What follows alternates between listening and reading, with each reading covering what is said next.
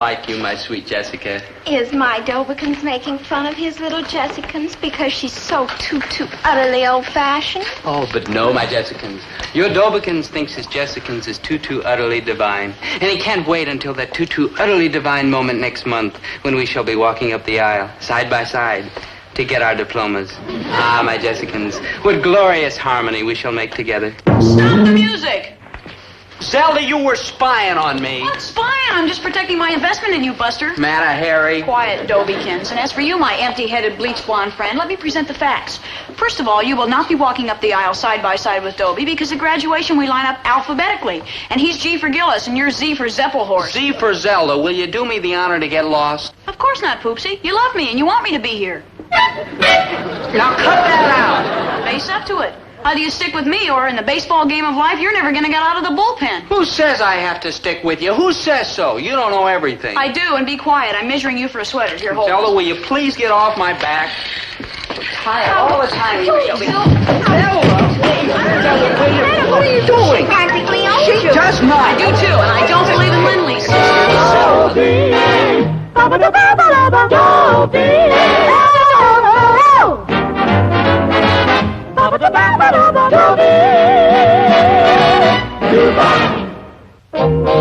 There are many fine things to be said about Zelda Gilroy, all of which escape me at the moment. I mean, she's kind to stray dogs and lost kittens and parents and other unfortunates. So why isn't she kind to me? Me, she's gotten this hammerlock. And the strain's turning me into a shaky, skittish, fidgety, broken-down wreck.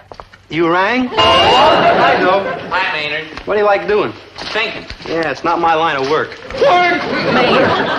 Maynard, look, I've got to figure a way to get Zelda off my back. Does it have to be like legal? Of course it has to be legal. You don't think... What'd you have in mind? Well, I figure we take up the Tub of Lover's Leap, see, and I look around, make sure nobody's watching, and you give a little push right Maynard, I'm shot. We're not the kind of fellows that do things like that. Besides, the police department in this town's too sharp. We'd get caught. Dobie, you're behind schedule. You didn't stop by the lab for your tutoring in biology. That's right, Zelda, I didn't. Do you want to know what I did instead? I met a girl on the bus named Monica Klaus, and I rode 2 miles past my stop so I could make a date with her. And she's meeting me here in 5 minutes, and that's what I did instead. Pish posh. Now look, we'll make up the biology at my house from 4 to 5, Latin declensions 5 to 6, sweater Zelda. fitting right now. Look, Zelda, I don't want a sweater. I don't need a sweater. I'm not the sweater type. Now, you listen to me, Zelda. This nagging's got to stop. You've got to quit bugging me with your schedules and your sweater Shut up and and your take your vitamin tutoring. Zelda, don't you understand? I want to be free. Free. Do you hear? Look, it tastes terrible. Attaboy, Poopsie. Now, you stop by the gym at 3:30, and I'll start you on those exercises to build up your latissimus dorsal muscles. Zelda! Now, Zelda, come back here. Zelda! So, after we slip the Mickey into her sandwich, we steal a car, see me to the border, and then we... Don't tempt me. No, you ain't nothing but a miserable wretch. Yeah, you could say that again. You ain't nothing but a miserable... Okay. I am nothing but a miserable wretch. Paul Fidelio! Geronimo. Tetsworth, you are not only a miserable wretch, you are nasty. This report card is a disgrace. Latin D, algebra D-, chemistry F+, not a single A. Oh, Mumsy, it's scarcely my fault that the curriculum doesn't include polo. All Osborns are nasty, but to be as dumb as a post, Gad, that is a disgrace. Paul Fidelio! Touche. Tetsworth, if your grades don't improve, do you know what will happen? You'll take away my little blue sports car. Right? And you'll take away my 40-foot white cabin cruiser. Right?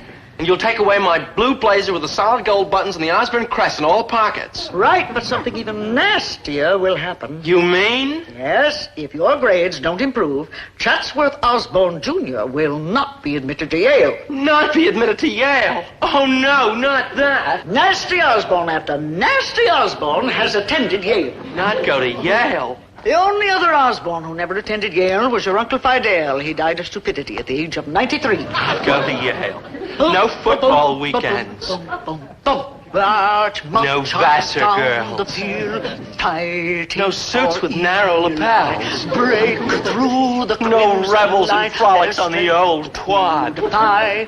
We'll give a long cheer for Eli's men. We're here to win again. Harvard's team can fight to the end, but Yale will win.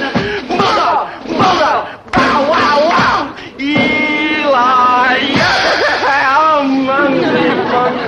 All right, Chatsworth, break clean. I'll do it, Mumsy. I'll do it. I'll raise my grade so that dear old Yale will be forced to admit one more nasty Osborne. Then I shall be proud of my nasty boy. But how will I raise my grades? How? And who will help me? Who?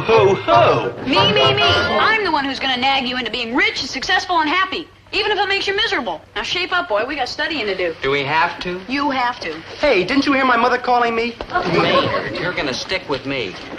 Okay, now we'll begin with a history lesson. Dobie, who were the 6 wives of Henry VIII? Henry Yeah, VIII. Dobe. Tell her the 8 wives of Henry the Sixth. Maynard. The 4 wives of Henry the Third. Maynard. The 9 wives. Maynard quiet. Yeah. And now the 6 wives of Henry VIII. Hey, ain't he the cat that looks like Captain Bligh? Maynard, Yeah. And Captain Bligh, he looks like Charles Lawton. Maynard. Hey, Zelda, you're 100% brain. You know everything. So how come all them history characters look like Charles Lawton? Maynard, don't Abraham Lincoln, a spitting image of Raymond Massey. Maynard. And Bela Lugosi, a dead ringer for Dracula. Don't be afraid. Maynard, come on now. And Charlton Heston. He looks like practically Maynard. everybody. Maynard, how are you? And Fulton Sigafoos. Maynard. Fulton Sigafoos. Yeah, he looks like my Aunt Harriet. And then there's... Maynard, enough. Dobie, we must press on despite this dragging anchor. Yes. You're like welcome. Now, Dobie, who were the 6 wives of Henry VIII? Think.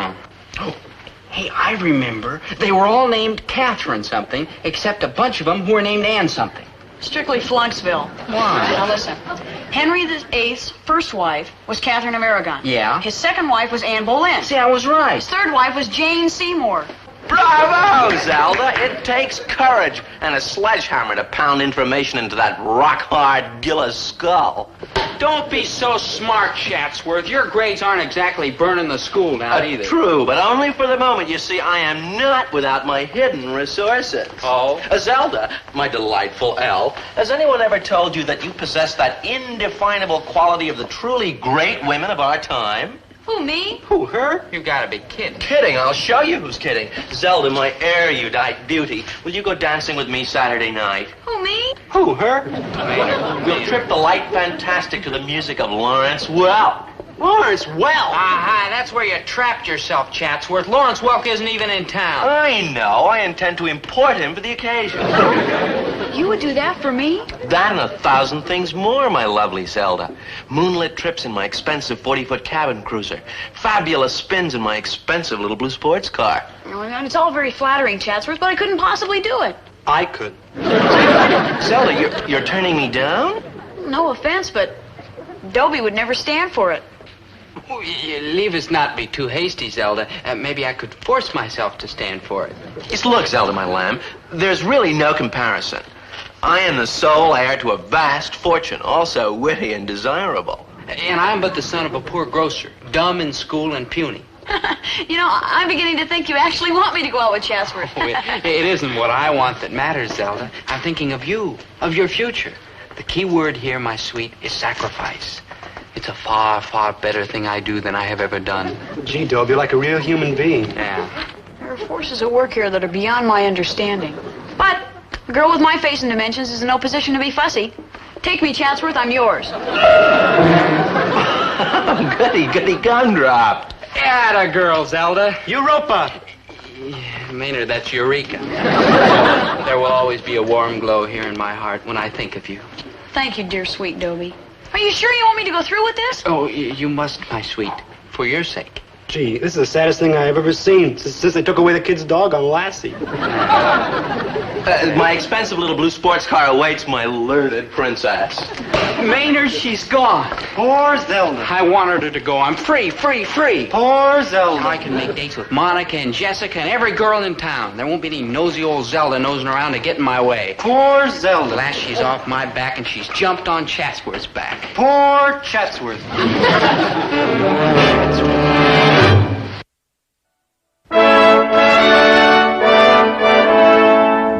More caviar, more roast guinea, and more whatever we have that's expensive. Glory, ask you, what a spread, Chatsworth. You always eat like this? Doesn't everyone? You know, going with you gets to be a classier idea with every bite. I agree, my learned enchantress.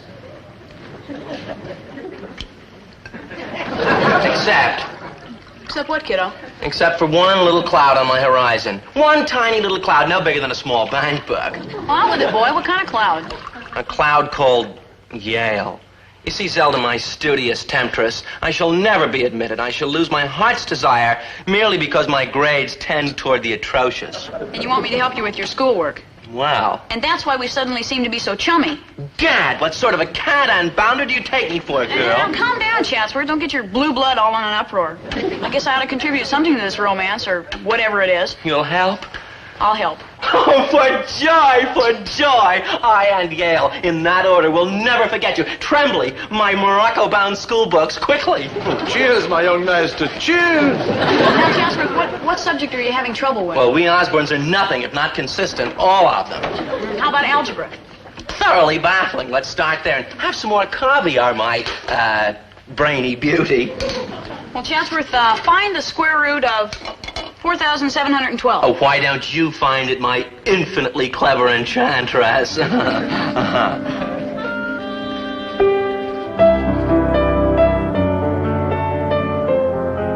No, Chatsworth. Now, first you have to figure the compound interest. Oh, dear. It's so much more fun to deal with real money. Now, pay attention. Chatsworth, I hesitate to use this word in your presence, but are you studying? Hey, way, Mumsy, isn't it smashing?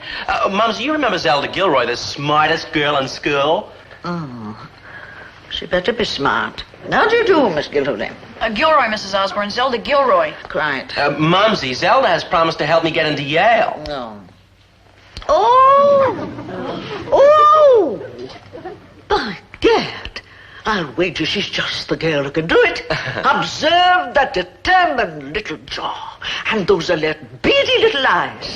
Do you know, my grandfather once had a second butler by the name of Gilhooly. Gilroy, Mrs. Osborne. Zelda Gilroy. Fine figure of a man. Sturdy peasant stock. You must come around more often, Miss Gilhooly. Gilroy. You see, the Osborne blood is running a little thin, so to speak. Take a look at Chatsworth, the last withered bough on the family tree. Mumsy, please. He lived in an incubator till he was 14. Mumsy. But enough of this nasty nostalgia. Come on to work, and to Yale. Tremblay, bring on some more pâté de foie gras, some more caviar, and some more truffles. You don't want our little Miss Gilhooly to starve, do you? Gilroy. Quite. Now what, Chatsworth? 4%, Down 645 the field, fighting for Eli, break through the crimson line. Look at me. See how straight I stand? It's all because a great weight's been taken off my back. And its name is Zelda Gilroy. I'm free to go where I want, when I want, if I want. Boy, freedom, it's the greatest. Oh, no, Dobiekins, not the beach. Poor little old-fashioned Jessicans is just too utterly delicate for all that sand and sun. Oh. Hey, how about the movies? At the Bijou, they're showing The Monster That Devoured Oh, Cleveland. no, Dobiekins. Movies like that are just too utterly scary for poor little old-fashioned Jessicans. Canoeing? Too utterly dangerous. A walk in the country? Too utterly unchic. Then how about... Yes, my Dobiekins. No, that'd be just too utterly. Oh, all right, Jessica wasn't quite perfect. She had a few little faults. She was, a pain in the neck. There were plenty more apples in the barrel. And Zelda was having a ball, too. She had everything she ever wanted. Egad, but you're a clever girl. If I multiply pi times the radius squared, I'll get The circumference. astounding. And once I have this fascinating circumference, what do I do with it, my cunning charmer? Send it to Yale. A bulldog! Bulldog! Wow, wow, wow! Eli! Hello, Zelda, you're a superlative brain. Is there anything you don't know? Yeah. How I got into this mess in the first place. Bulldog! Bulldog! Bow, wow, wow! Sit down, Bulldog. You still got a fuzzy circumference. See? We were both free as a couple of carefree birds.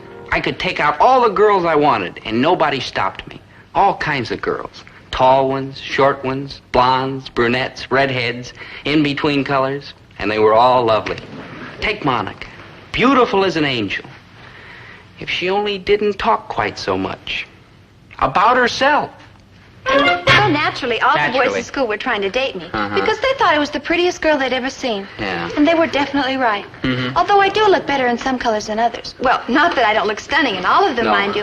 But a person does have certain colors that favor her more than others, don't you think? Well, But you can't really blame all the boys, can you? I mean, just look at me. His face, these eyes, his body. I mean, I believe in telling the truth. And if I'm a real knockout, well, why hide my beauty under a shell, right? Right. But the important thing is the inner person, I always say. I mean, how warm and considerate she is on the inside, which is one of my most endearing characteristics. Well, not that I don't have many others. Aren't I right? Right. yeah, right. Hi, hello, Gillis, baby! Hi, Monica. Hello, Dobie. Hi, Zelda. Long time no see. Yeah, it has been quite a while. How have you been, Dobie? Me? Oh, fine, fine. Absolutely perfect. How about you? Me? Oh, wonderful, just wonderful. Never a dull moment. Yeah, it's been the same with me. Gay, mad, tarantella. It's been a wizard arrangement all around, Dobie-Doo. In yesterday's geometry test, I got a B+. I knew absolutely everything about that mischievous old circumference. Good work, Chatsworth. Zelda, my brilliant belle, we really must be en route to Sweet. After the dance, we go to the art exhibit and then to dinner. And in between, of course, we must study. Sure, Chatsworth. Sure. Yeah, Monica and me, we have to run too. It's just one crazy thing after another. Where are we going tonight, Monica? Oh, down to the mall shop where everybody can see me. Oh. I've got this beautiful new dress, and I don't want it to go to waste. No. After all, beauty like mine belongs to the whole world. Chatsworth, isn't this all just too gay? Trembly, full speed ahead. Ta-ta, Gillis, baby. Monica. Yep, that's how it went. I had more fun and freedom than I ever had before in my whole life. It was Joysville, a ball, a million laughs. Yeah. Laughs. Hey, Dobe, you kind of look like tacky. You sure you're feeling all right? Sure, I'm feeling all right. Why shouldn't I feel all right? I'm living on cloud 9. Nobody on my back, nobody to nag me, nobody to bug me. Yeah, ain't it the greatest? The greatest. The wildest. The wildest. The craziest. The craziest. The craziest, the wildest, the greatest. So how come I'm the miserablest? Poor Dobe, I'm getting like all misty again. I feel empty inside. Empty? Hey, maybe these cookies will... Not that kind of empty, Maynard. Like, hi, Zelda. Hi, Maynard. Zelda? Zelda? Hello, Dobie. Hi, Zelda. Gee, you haven't been around the store for a long time. You're looking great. So are you, Dobie. Man, that's wild. A few minutes ago, you looked like the picture on the iodine bottle. Everything looks the same around here. Oh, sure. Just the same. Same old salami, same old special on soap flakes, same old everything. Is everything the same with you, Zelda? The same? The same as the last time I saw you. Oh, I guess so. Uh-huh. But they could change any minute if somebody really wanted them to. Oh, yeah. Uh-huh. Was there something you wanted to say to me, Zelda? It's funny you should ask. I was wondering if there was something you might want to say to me. Oh, no. Not if you're sure there isn't something you want to say to me. Not getting anywhere, are we? No. Well, Well, I guess I'm on my way. oh, yeah. Mrs. Osborne's giving a picnic. Oh, well, have fun, Zelda. Thanks. Yeah. Well.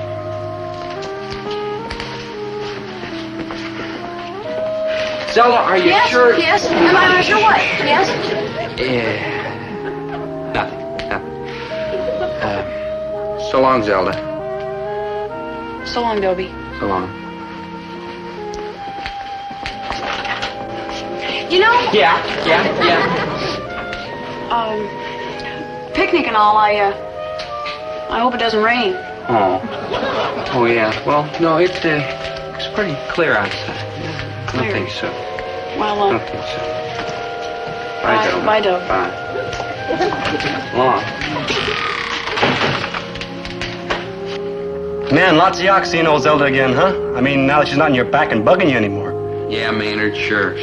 Hey, Dobe, how come every time you see Zelda, you're like laughing on the outside and like crying on the inside? Maynard, I don't have the foggiest notion what you're talking about. Gee, I was hoping one of us did. Maynard, you're... Oh, who am I kidding? I know exactly what you're talking about. And the reason I'm like laughing on the outside and like crying on the inside is because I'd give anything to have Zelda back on my back again. You would? I would. So how come you're telling me? Because... Yeah, I ought to be telling her. Good thinking, yeah. Here, you watch the store. Here, you watch the store.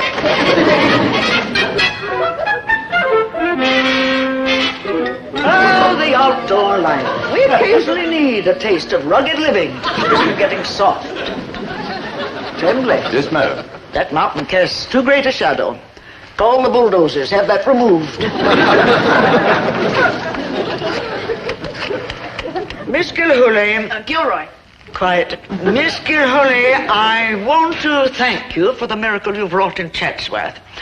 Up to a few weeks ago, he was a wealthy jughead. And now I am a superb scholar. That you are, Chatsworth. Nasty, but scholarly. Oh, it wasn't so much. No, tut, no modesty here. If Chatsworth continues to keep his grades up, he is sure to enter Yale. Oh, Yale. What is it, Tremblay? Forgive me, madam, but there seems to be a mosquito on madam's helmet. A mosquito. Insolence destroyed? Yes, madam. Thank you, Tremblay. More or less. My pleasure. Zelda.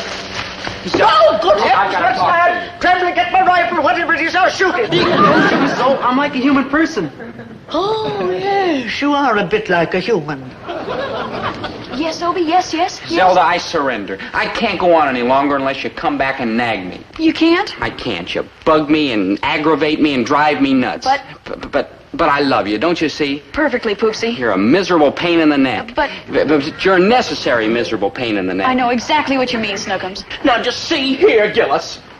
Yes, Chatsworth, fight for the girl. Excuse me, ma'am, but he'd better not. With Zelda at stake, I'd take on the whole U.S. Marines. Oh, Dobie. But Zelda and I have an understanding. Our understanding is off, Chatsworth. You need me now to help you get into Yale, but Dobie will always need me. Always. Uh-huh. I'm helpless. Unsure. Vulnerable. Dependent. Unsettled. Floundering. Fat-headed. Just holding up my end of the conversation. Now, just a minute. See here, girl. Do you mean to tell me you would actually choose Dobie Gillis, the son of a grocer, in preference to Chatsworth Osborne Jr., buy money out of gilt-edged securities? Yep, that's what I mean to say, Mrs. Osborne. I gotta be where I'm needed most. Come on, Dobie, I'm back on your back again. Stand up straight. Don't shamble, don't slump. Look up at the stars, not down in the mud. Oh, we got a lot of work to do. Zelda. Boy. A lot of Zelda. work. Shape up. Chin up, Zelda. chest. Welcome home.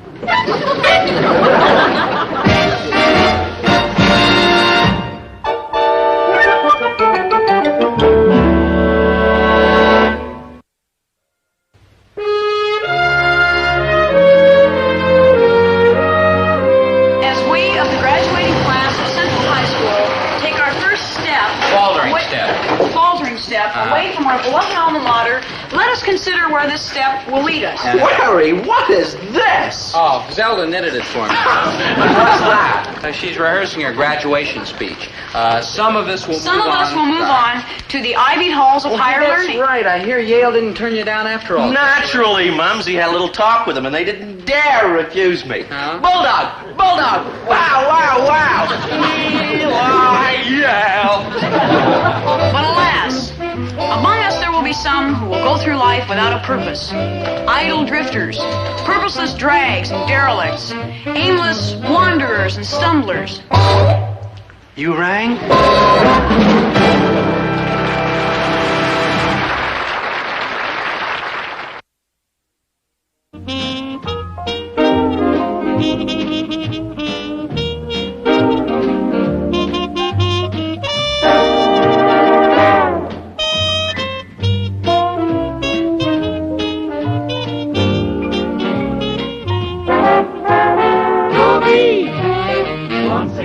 dreamy Dobie. Once a gal who's creamy Dobie. Wants a gal to call his own. Is she blonde? Is she tall? Is she dark? Is she small? Is she any kind of dreamer at all? No matter, he's hers and hers alone. 'Cause Dobie has to have a girl to call his own.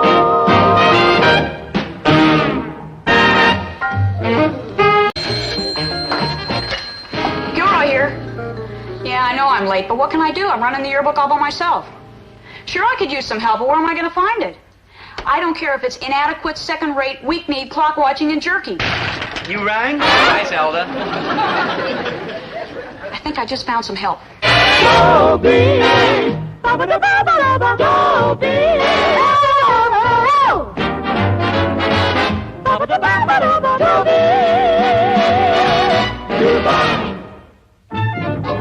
That's how it happened. I just walked into the yearbook office to borrow some money from Zelda so Maynard and I could get something to eat.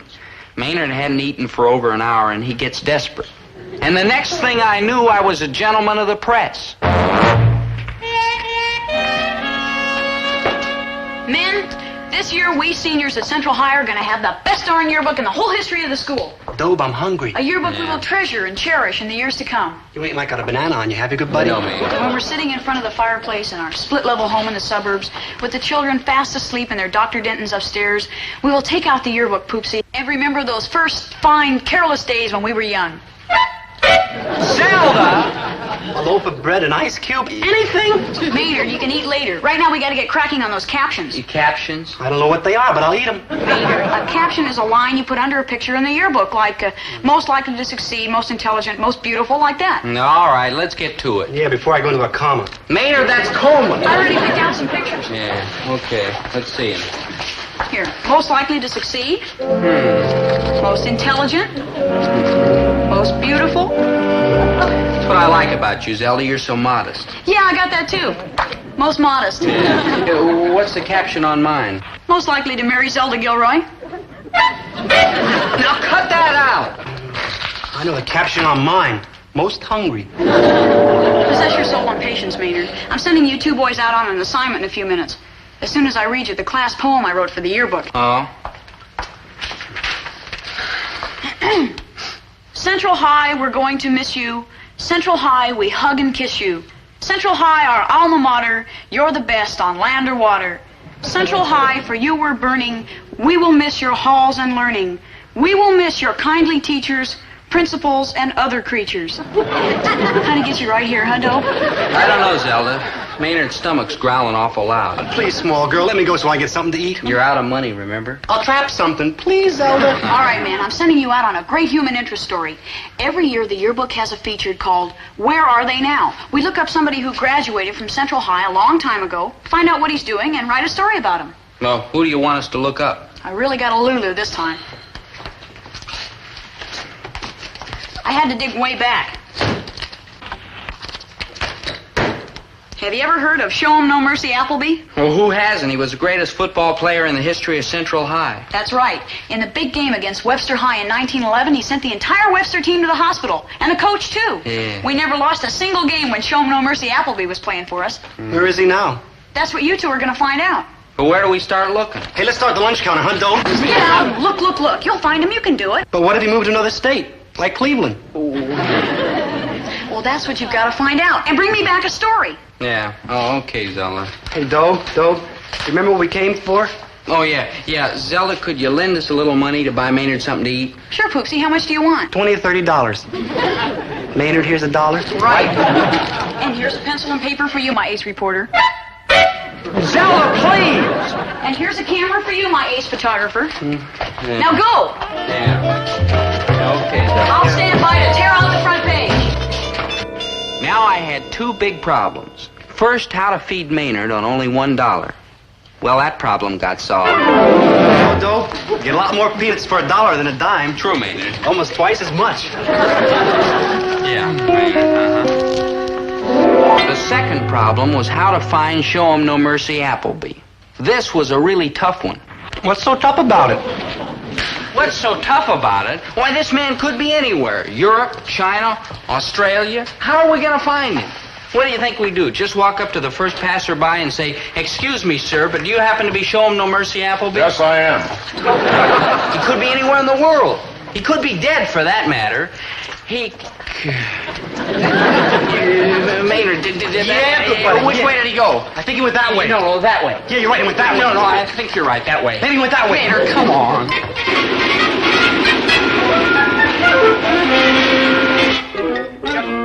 Mr. Appleby will be here any moment. Naturally, we want to make a good impression on the new owner of Kane Iron and Steel. I didn't tell you that... And who might you be? I might be Rex the Wonder Horse, but I'm not. I'm Show 'em No Mercy Appleby. I own this place and everything in it. Oh, well, Mr. Appleby, it's a great pleasure, I'm sure. My name is... Yes, I know who you are, I know who they are, I know what they are, and they're fired. Come on, get out, you time servers. Oh, but sir... Don't give me any lip. Get out of here. Come on. Move! Now then, you. Do you want to stay on here as resident counselor, or do you want to go back to chasing ambulances? Oh, I'll say so. Fine. Then your salary will be cut 75%, effective immediately. Oh, but quiet. I suppose you wonder why I'm dressed like this. I'll tell you. Every time I buy a new business, I go out and look at the trash pile. That's what I did when I bought Montgomery Motors. That's what I did when I bought Interplanetary Electronics. And that's what I'm going to do here. There's more profit goes out the back door than comes in the front. That's the curse of business. Waste. Now, where's your trash pile? Well, it's out and back, I believe. All right, I'll take a look at it. You better fire those two secretaries outside. Oh, yes, sir. And you better take up shorthand. Waste.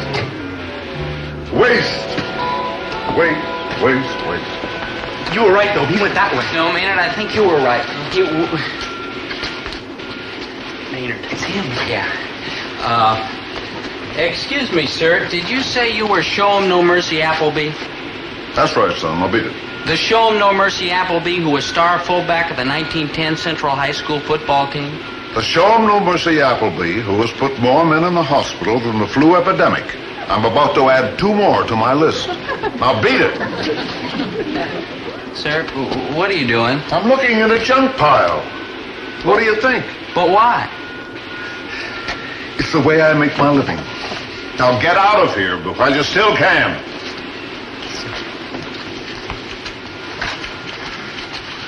Poor old fella. Once a great football star, the idol of the crowd, a graduate of Central High. Today, a poor old miserable junk picker. Gee, I'm getting like all misty, though. Maynard, give me that camera. Maynard, we're going to do something to help that poor old miserable son of Central High. I'm like all heart, though.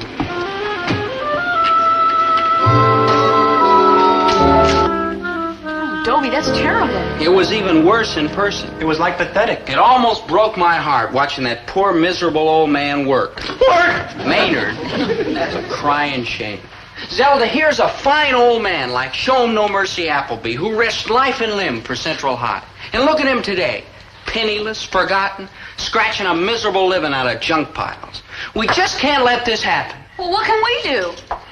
Give him his own junk pile. Hey, I'll give him my allowance for the next month. That's $20. And I'll contribute mine. That's a total of $40. And I'll give mine, and that'll be $40.35. That's not nearly enough. Like right. We gotta figure out a way to raise a lot more. Like right. A way that'll really work. Maynard, we're busy. We got no time for your little quirk. Quirk! Maynard, cut that out. I said quirk. Oh, I thought you said work. Quirk! Maynard, please. Zelda, I know what we can do. What? The senior class fund. How much is in it? Well, $110. Why? Well, Yeah, good thinking, Dobe. First, we find out where they keep it, see? Maynard. Then we get them funny masks and pull them over our faces, see? And Zelda waits outside in the car and Maynard. keeps the motor running. And if we can't get a car, she waits outside and holds the bus transfers. And we Maynard. zoom past the guards, Maynard. blast them with our gas, and heist the loop. Maynard, enough! And then we make tracks for the border before the posse can get a haul. Zelda, the senior class fund might be exactly what we're looking for. What was the class planning to do with it? We were going to use the money to buy a drinking fountain for the girls' gym. Let's give it to Mr. Appleby instead. What's he gonna do with a drinking fountain? We use the money for our ragged, tattered old hero. And that's only the beginning. After that, we'll raise lots more. Yeah, we can throw a big benefit bazaar for him. I'll sell ice cream, and all the money will go to Mr. Appleby. Yeah, I'll sell soda pop. I'll sell candy. I'll sell peanuts. I'll sell hot dogs. I'll sell hamburgers. And I'll sell kisses.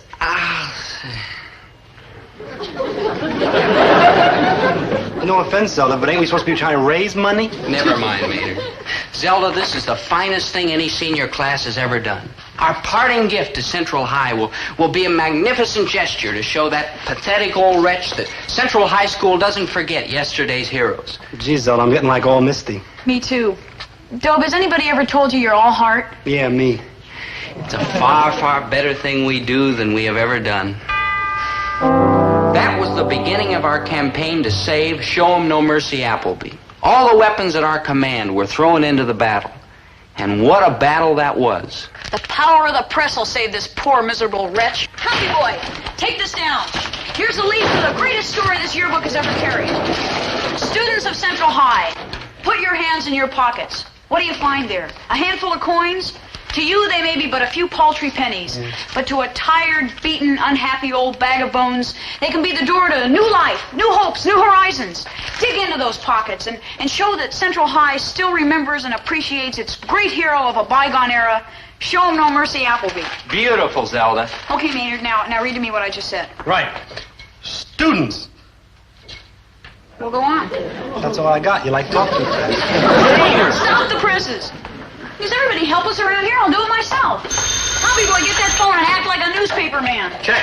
Stop the presses. Maynard, you just tell them who you are.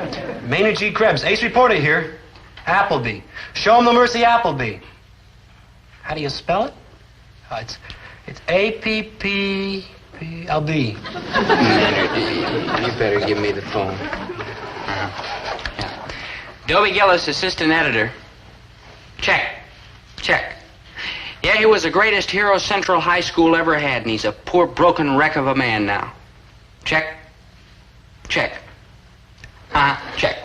Dobie, who was that? Somebody named Check. It was... That was the Daily Bugle. They heard about Mr. Appleby, and they wanted to know the details. Hey, Central High will be famous. And Mr. Appleby will get back on his feet. Stop the presses. Stop the presses. Just tell them what my end of the conversation. Come on, man, we gotta get rolling on that editorial. Maynard, tear out the front page. Maynard, that's not what she meant. Maynard, go get some paper from the supply room. Right.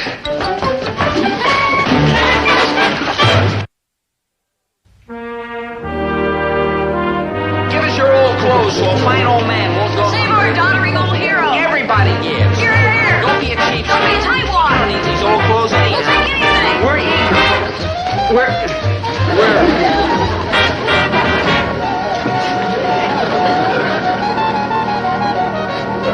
Maynard, I said we were eager, not desperate. Here, put these back on.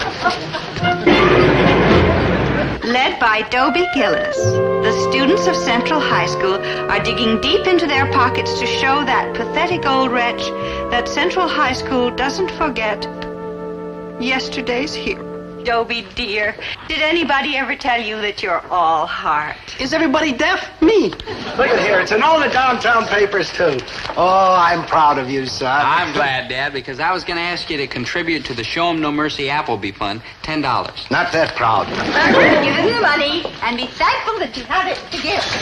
Well, you're right, Winnie. That poor old man out there picking junk. Here, take this, boy. Oh, thanks, Here, Dad. take this, too. He probably hasn't had a square meal in years. And these Dad. two? And this, too? Yes, Maynard. And this, Maynard!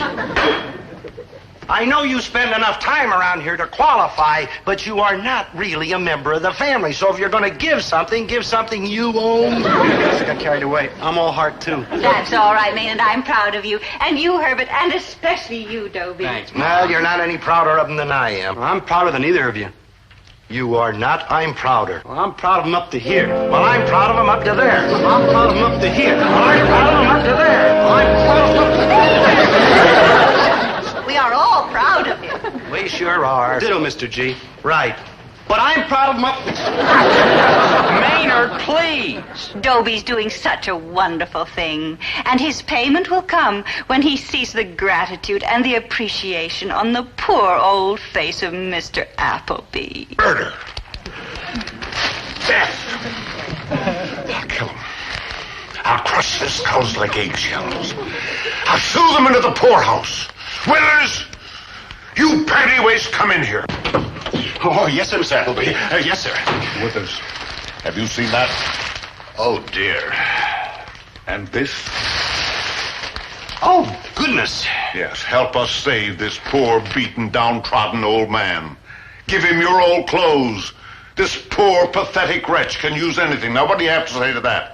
They misspelled pathetic wretch. Quiet. You're a lawyer, aren't you? That's libel, isn't it? Oh, definitely, sir. Then we'll sue him within an inch of his life. Oh, but Mr. Appleby, sir, he's only a high school student, the Dobie Gillis. Now, how much can you get out of a high school student? He has a father, hasn't he? And the father owns a grocery store, and a truck, and a GI insurance policy, and $1,100 in the bank. I'm going to get every nickel of it. Come on now, you, and get your briefcase. Yes, sir. Gee, thanks, Mom. Thanks, Dad. Gee, thanks, Mom. Thanks, Dad. Maynard. I'd better go over to the school now. We're having a rally during lunch hour for the Show 'em No Mercy Appleby Fund. Say, that doesn't give you much time. I better drive you over, huh? Never mind, Mr. G. I can drive him. Maynard, you don't even have a car. Good thinking. Mr. G. Yeah? G. I'm proud of him. Up, Maynard! May I help you? I'm Show 'em No Mercy Appleby. Oh, my goodness. You must try to eat something. What's that for? Oh, now don't be proud with us, Mr. Appleby. You take it. Well, I never turned down anything that was for free. You know what I like with apples? A nice piece of chocolate. Well, thank you. Have any cheese? Why, certainly. Any buttermilk? But of course. Salami? Thank you. We'll put this in the briefcase for later. Now then, you, I take it, are the mother of Dobie Gillis. The proud mother. And where is the proud father? No, he took Dobie to school. He should be along. Withers, how much you think the joint's worth?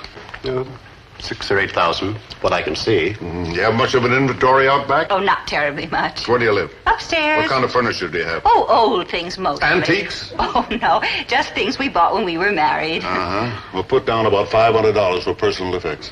Why are you asking all these questions? Do you know who I am, madam? Why, certainly. It's all right here in my son's article. No, it isn't all there, madam. I own the Kane Iron and Steel Company, the Interplanetary Electronics Company, the Amalgamated Copper Company, and I am president of the Drovers and Planters National Bank. You are? Tell her. He is. Well, you must have gotten a mighty good chuckle out of my boy's little article. Madam, I haven't had a good chuckle since 1933 when I foreclosed on an entire county. Give it to her. Libel? I don't understand. Explain it to her, Counselor. Libel is holding a person up to public ridicule, contempt, and derision, causing mental anguish and loss of respect and esteem in the community, casting doubt on a man's business reliability and personal character, and, in general, impairing public confidence and respect. And calling me a miserable wretch, a decrepit old hulk, a weather-beaten pauper, and a pathetic old man. Well, obviously that was all a mistake. Yes, a mistake that'll cost you and your husband and that idiot son of yours everything that you own, everything that you ever hoped to own.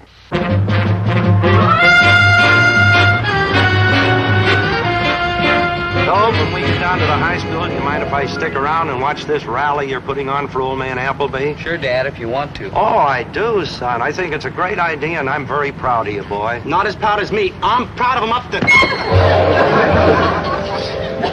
Boy, how much money do you think you're going to raise for the old man? Well, we started off with $110 in the senior class fund, and then with what we took in from the bazaar and the old clothes and the raffle. It's probably $300 or $500. Man, what a haul! If we grab those kids before they get to Maynard, Appleby... I told you to cut that out. Yeah, and we don't head for Mexico, see? Every Tom, Dick, and Harold that moves us down Cucaracha way. We head north, see? What kind of cockeyed talk is that? We adios up to Canada. Who'd ever think of looking for us there? Maynard. I mean, Canada's a whole entirely different city. Oh, Maynard, pipe down. Ooh, man, what a true-thinking fellow you are, Maynard G. Krebs. While all those cop cats are running around looking at tortillas and enchiladas, we've moved to other places.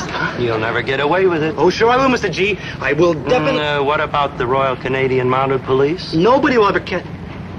Oh, yeah, they always get their man, huh? Oh, right. You're not a man, kind of. Kind of. Yeah. Oh, I got it. Cleveland. Oh! Cleveland? Like, yeah, nobody ever goes to Cleveland. I mean, who ever finds Dad, Cleveland? stop encouraging him. I'm sorry. You can't get away with it, killer. Right, Copper. Dad, cut that out. You know how Maynard gets carried away. Dobie's right, Maynard. You can't go to Canada and you can't go to Cleveland. How about trying Cincinnati? Dad! Maynard!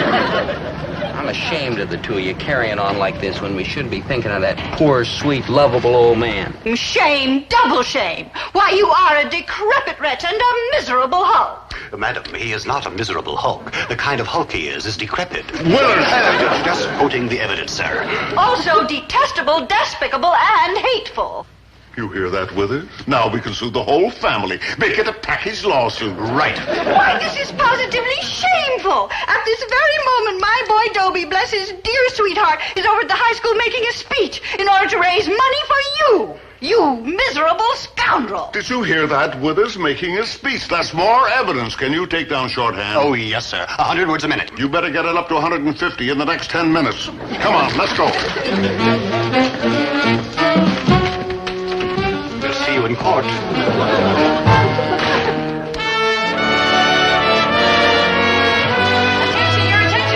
Like your attention, please. My good buddy Dobie's going to make a speech. Yeah, quiet down and listen to what my boy has to say. Kids, the snack bar's closed today. Today I'm not going to let you spend your money on ice cream and root beer and candy. Not that I've got anything against ice cream, root beer, and candy, but today you've got something more important to do with your money.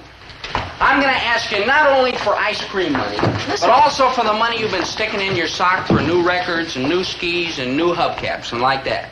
I want important money from you today because we've got an important job to do. You all know about the fund for Show 'em No Mercy Appleby. You've all been generous. You've all contributed.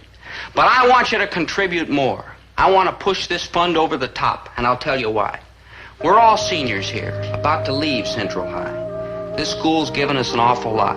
Not only the stuff we got out of books, but a lot of things you don't find in the curriculum. I mean, devotion and dedication and a real honest, unselfish concern about what kind of people we're going to grow up to be. Well, let's show Central High how grateful we are. Let's show it not by buying another drinking fountain or another set of books for the library or another row of bleachers for the stadium. Let's show it by a living testimonial. Let's pay tribute. I said tribute, not charity, to a man who had it in his heart to return the love and devotion that Central High School felt for him.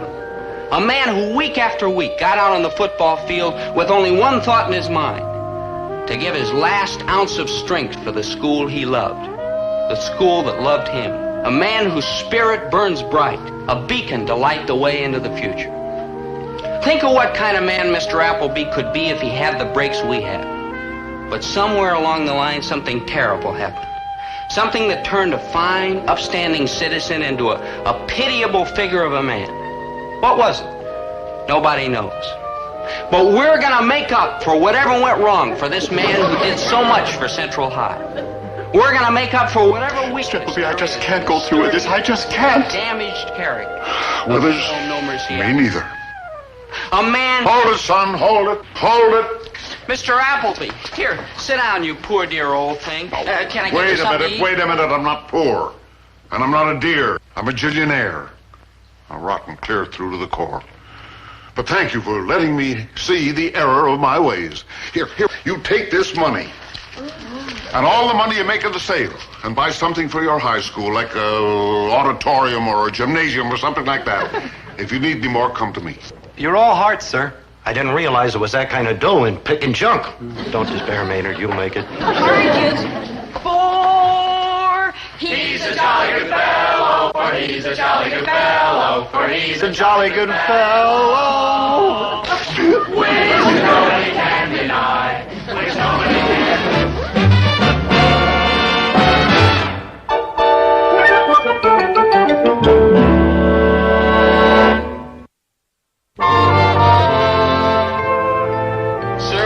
To show you the plans for the new Central High School auditorium. Appleby Auditorium, we're going to call it, and it'll be beautiful, and we'll never forget you, That's sir. right, sir. You're all heart, sir. That's all right, kids. I'm only too glad to do it. I'm glad you stopped by, and I'll come by anytime you feel like it. Thank you, sir. Thank you Bye, very much. Mr. Appleby. Goodbye. Yeah. Bye-bye, sir. Oh, they're right, sir. That was a mighty handsome thing you did for Central High School. And I know it cost you a pretty penny. Yeah, and I think I know where the money's coming from. Where, sir? Effective immediately, your salary is cut another 75%. Outside.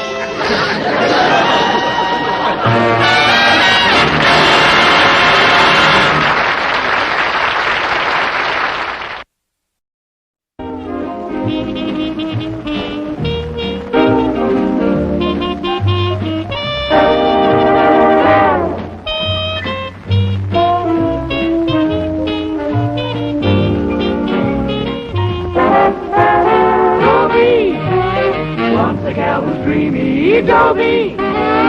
Once a gal was creamy, Dobie. Once a gal to call his own. Is she blonde? Is she tall? Is she dark? Is she small? Is she any kind of dreamer at all? No matter, he's hers and hers alone. 'Cause Dobie has to have a girl to call his own.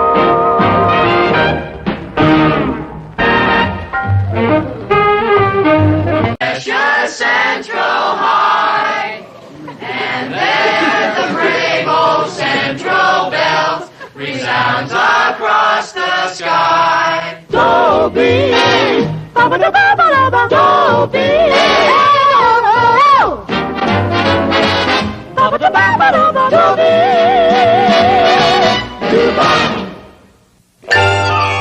Yep, the big day is almost here. My graduation from Central High School. But there were times when I thought it had never arrived. Like every time I got my grades. Or like the time all the trouble started on the first day of my senior semester. That was when I ran home, all bubbling over about graduating. And Dad was excited, too. So you're graduating. Big deal. But you're going to be a part of my graduation. I already told you I'd give you the $6 for that wacky cap and gown. What more do you want? A picture of you and Mom in the caps and gowns you wore when you graduated from high school. The yearbook's going to publish family pictures of all the graduates. My, what an adorable idea. My graduation picture's in that old trunk up in the attic. Where's yours, Herbert? Who knows? Forget it. Forget it? What a shocking attitude. When your son asked you to be a part of a very important event in his life. Don't worry, darling. I'll find your father's high school graduation picture. Winnie, I absolutely forbid you to waste time on such foolishness. Why, Herbert T. Gillis, I am stunned. You call yourself a good father, but you act like a rude, boisterous, unpolished, unrefined boor. You rang? Oh, hi, Maynard. Like, hi, Mrs. G, Mr. G, Dobie G, that's you, good buddy. I know, Maynard, I know. Maynard, dear, we're in the middle of an important family discussion. Yeah?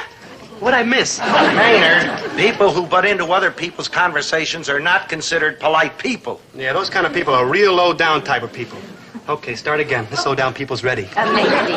Yes, Mrs. G? No offense, Buster, but why don't you just flake off? Gee, thanks, Mrs. G. When you talk like that, I feel like I'm home. I'm sorry. Yeah, it's all right, Mom. I have to go upstairs anyhow and start my homework. Work! Maynard, I meant the kind of thing we do at school, not the other kind. Well, the kind of what? Work. Work! Maynard, come on.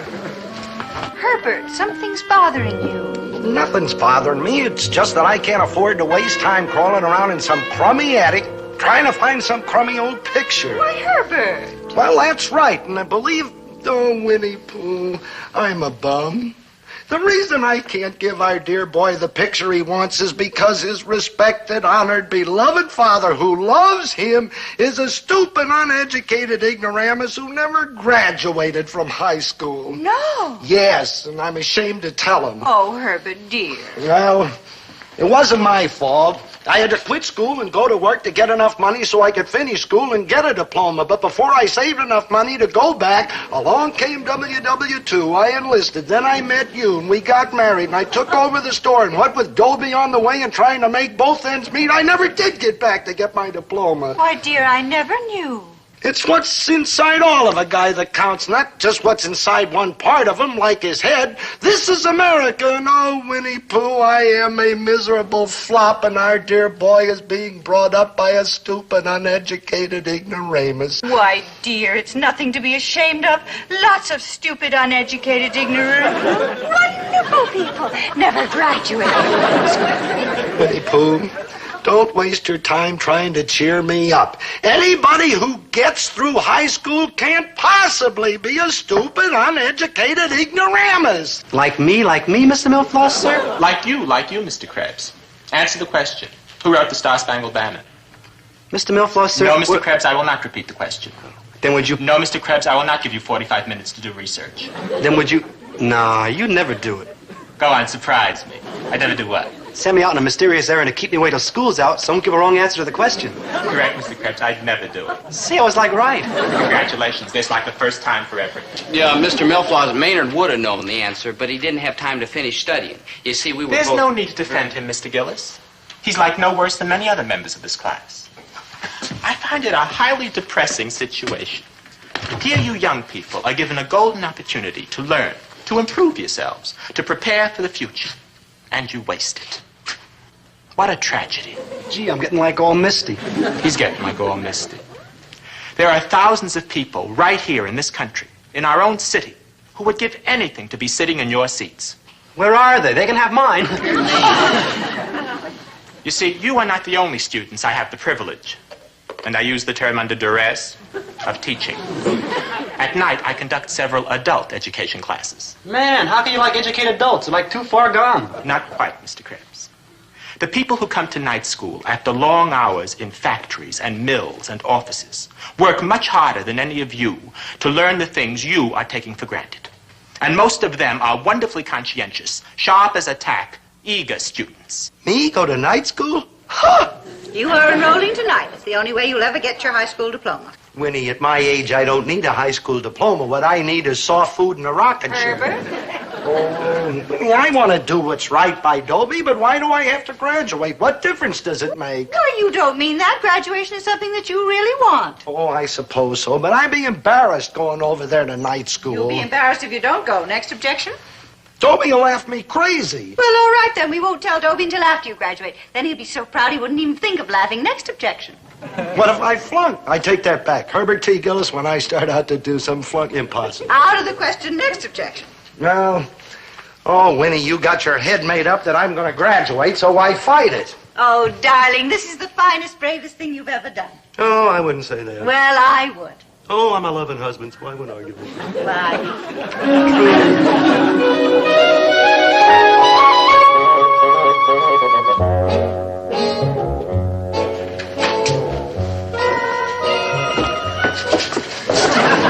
I don't feel good. My feet hurt. There, dear. You're going to love it in time. Oh, no, I won't. Of course you will. I will. Now, there. I will wait for you outside. Oh, Winnie, don't leave me now. All right. Good evening, ladies and gentlemen. My name is Milfloss, Monty W. Milfloss. Monty W. Milfloss? I'm to be your teacher during this coming, let us hope, happy semester. Now, let's fill out these enrollment cards, please. Pass them back, please. Pass them back. You know, I'm not trying to flatter you folks. She's just a visitor. Oh, thank you. But I enjoy teaching these adult classes even more than my regular high school classes during the day. Oh, this is murder, Winnie. If he teaches during the day, he's bound to know Dobie. So the minute he hears my name is Gillis, he'll open his big yap, and Dobie will learn all about it, and I don't know why I ever let you talk me into it in the first place. It's too late to do anything about it now. No, it is not. Please stop that whispering there. If there are any questions, ask me. Mr. Dobbs. Fred C. Dobbs. And then, you see, after I graduate, I say, my name is not Fred C. Dobbs, it is Herbert T. Gillis. And they have to give me my diploma and my right name. Smart, huh? Brilliant. Hey, you know, I think I'm going to like this. My homework. American history. Oh, boy. The administration of President Millard Fillmore. Millard Fillmore was the president? The administration of President Millard Fillmore began on July 10th, 1850. When he succeeded to...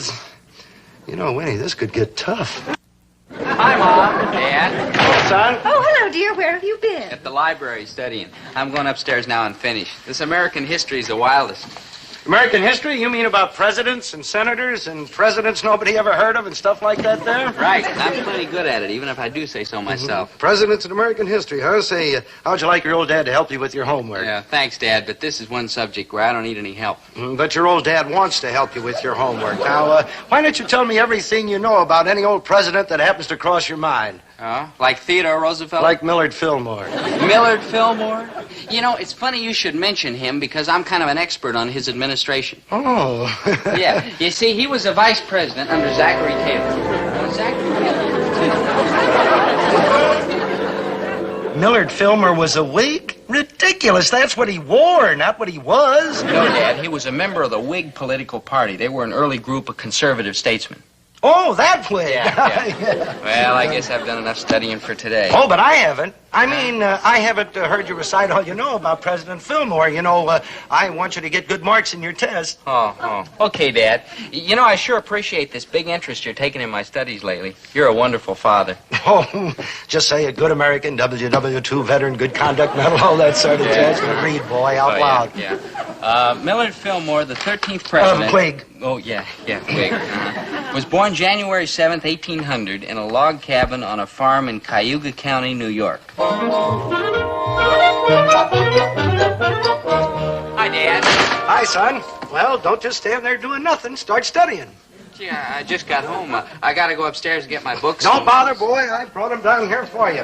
Here you are, Millard Fillmore, page 208, paragraph 3. All right, start studying, boy. Here, Dad. And now. Oh, okay. You say so. Let's see. President Millard Fillmore. I'll wait if there ever was one. Yeah, Dad, yeah. Appointed Daniel Webster as his Secretary of State in 1850. Hey, Doe, how come you're so smart in school these days? Oh, I'm not so smart, Maynard. Yeah, I guess you ain't.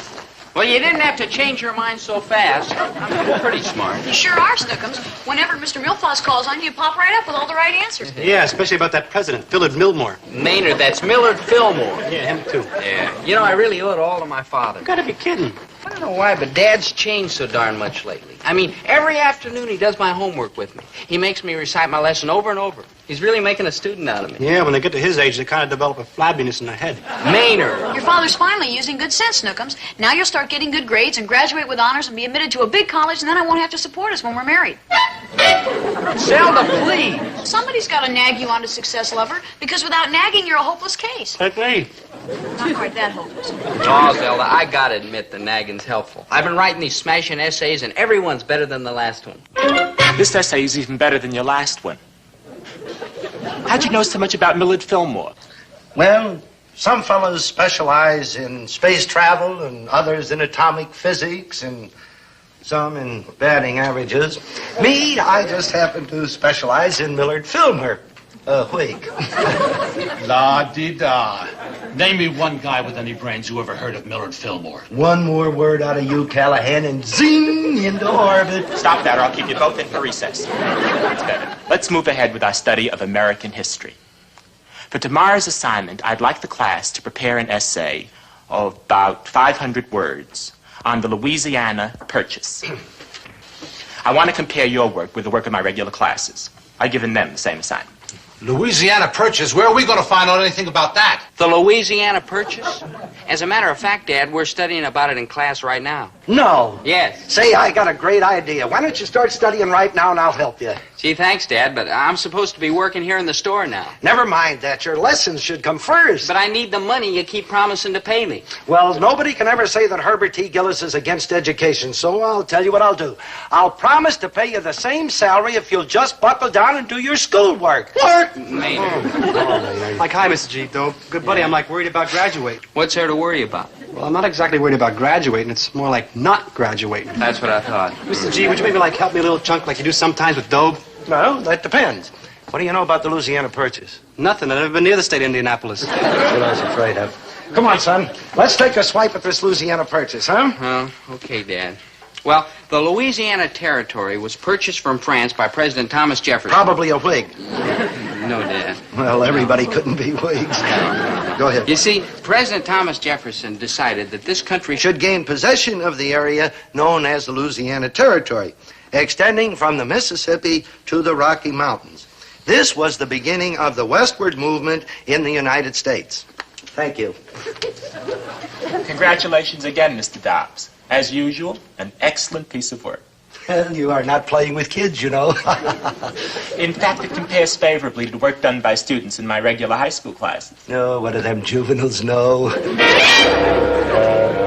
I'm really proud of you, Dreamboat. Another A. I don't want to appear immodest, but I'm proud of me, too. Dobie, Yeah. your essay on the Louisiana Purchase was excellent work. What? Maynard. Your essay was really something to be proud of. You see, Poopsie, when you buckle down, you're really a crackerjack student. And that means that someday you'll be able to support me in the style to which I should become accustomed. Zelda? I'm being brilliant, and she's wrinkling. Dobie, I don't quite know how to say this, but, well, have you been doing all these assignments yourself? Sure. Oh, my dad helps by listening to me sometimes, but he never does my assignments or writes essays for me or like that. Then let me put it this way. Do you know a man named Fred C. Dobbs? Dobbs? No, I don't think so, sir. No, I don't know him either. Maynard. I know a fellow named Fred G. Tibbles.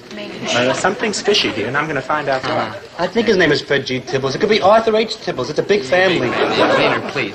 Mr. Milfloss, what is it? What's wrong? I'm not sure yet. But stand by while I turn these glasses in for a couple of private eyes. Well, maybe it was Henry C. Tibbles. Maynard.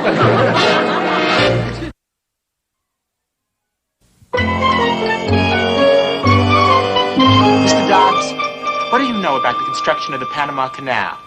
Not much, Mr. Milfloss, but I'm dead game to find out. How long do you want the essay? How does 500 words sound? Oh, it sounds great to me. You shall have it. I think I've already had it. Huh? Never mind. Just write the essay. That I will, and you will learn a barrelful.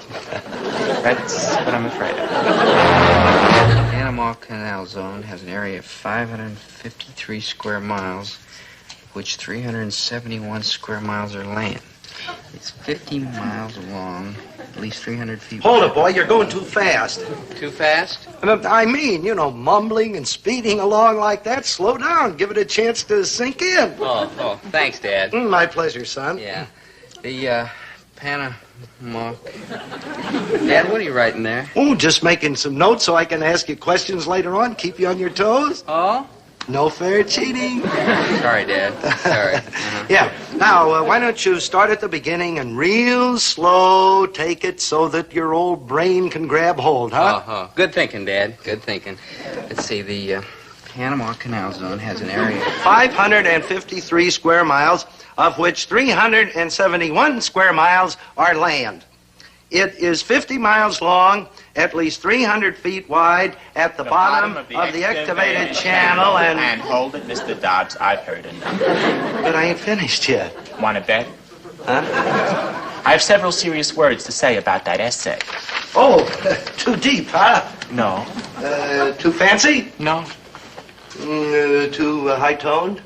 Too stolen. Now, just a minute. Just a darn minute. It's entirely possible that somebody stole it from you. Oh, well, I admit it's pretty high-class stuff, but why would anyone go around burgling essays? I can't imagine. But a pupil in my daytime class by the name of Dobie Gillis. Dobie Gillis didn't steal nothing.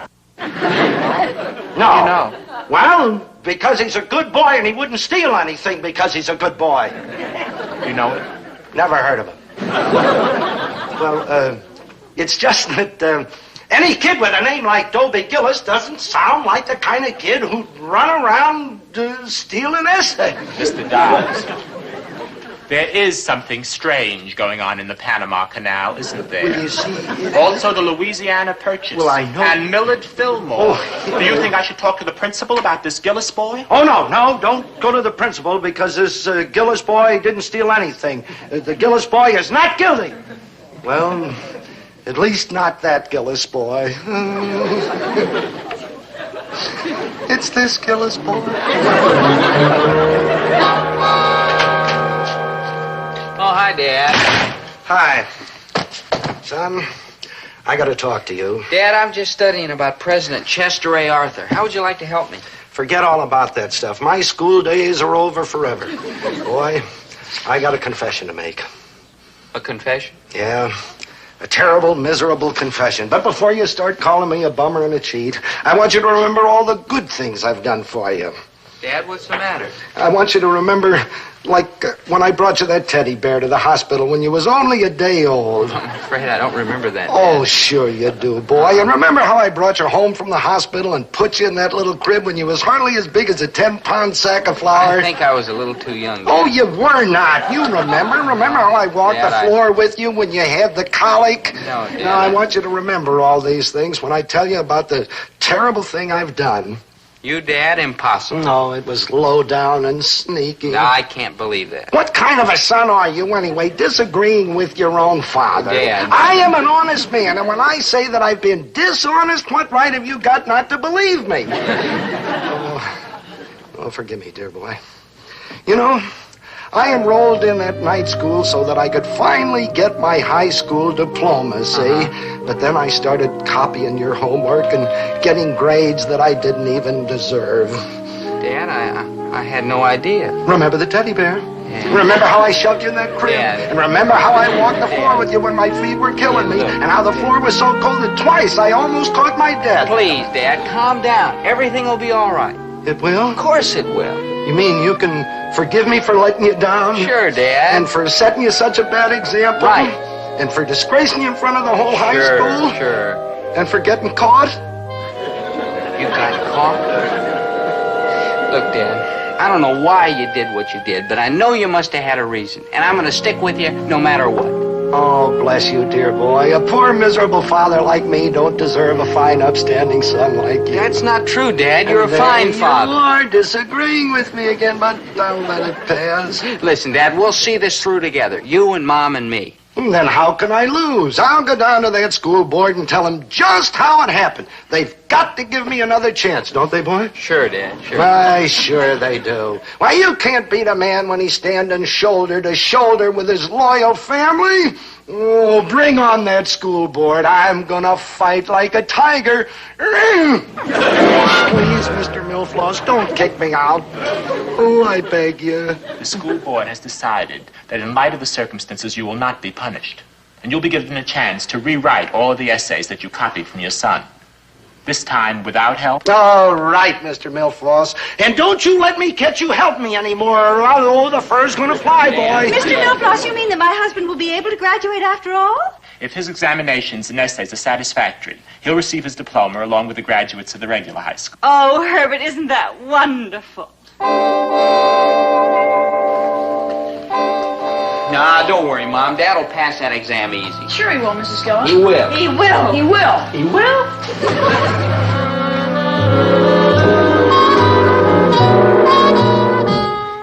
What were the principal accomplishments of the administration of James K. Polk? He was the president, too? I got my fingers crossed for him. So have I. So have I. Me, too. Maynard! Time's up, Mr. Gillis. But if I'll have to take he your was a Whig, he was not the best Whig, because the best Whig was Millard Fillmore. Or was it Chester A. Arthur?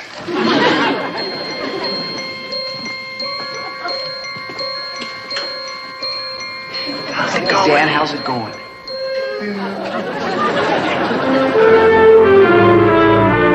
Now, don't be nervous or stutter or mumble, students. There's nothing to be scared about. Like there, Mr. Milfloss, sir. Like thank you, Maynard. Remember, the people in there waiting for your graduation are your own friends and relatives. Where are the rest of the graduates? We're it, Mr. Milfloss. Yeah, the end of the line. Oh, no, you aren't. There are 2 more graduates. Graduates I'm very proud of. This ceremony doesn't go on until they get here. Other graduates? Like who? Like us. Wait. Hey, hold it! You can't graduate without us. I've been waiting 25 years for this. Hey, how do I look? Beautiful, beautiful. My wife and kids are waiting in there to watch me. That's too bad. Stop shoving, Callahan. Now listen, Dobbs. The name is Gillis, and I don't think us graduates should be arguing. True? True. Ah, that's my dad. Gee, I'm getting like all misty. Me too. Now, come on. Let's get this line moving. Above the school we love so well, our precious Central High, and there And to think I could have gone into real estate.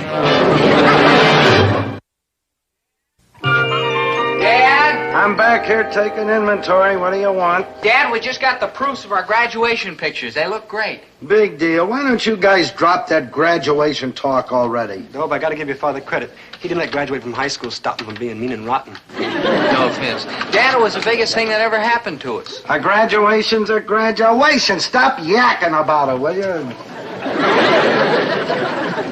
Well, what are you talking at? Ain't you never seen a high school graduate before? Oh. Above the school we love so well, our precious Central High. And there the rainbow Central Bell resounds.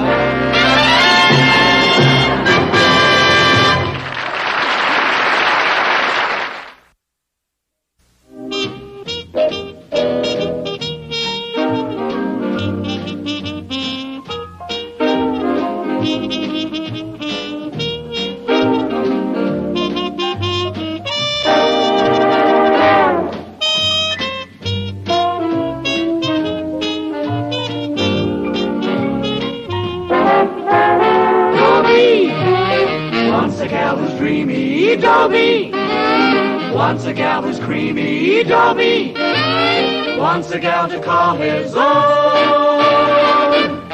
Is she blonde, is she tall, is she dark, is she small, is she any kind of dreamer at all? No matter, she's hers and hers alone. 'Cause Dobie has to have a girl to call his own.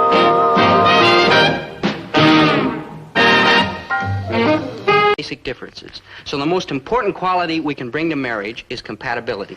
Just listen to this. Oh, what a glorious future faces a couple who do have compatibility. For compatibility... Mary Ellen, don't you want to learn about compatibility? All right, Mary Ellen, if you never want to get a fella, it's on your head. Dobie, Dobie,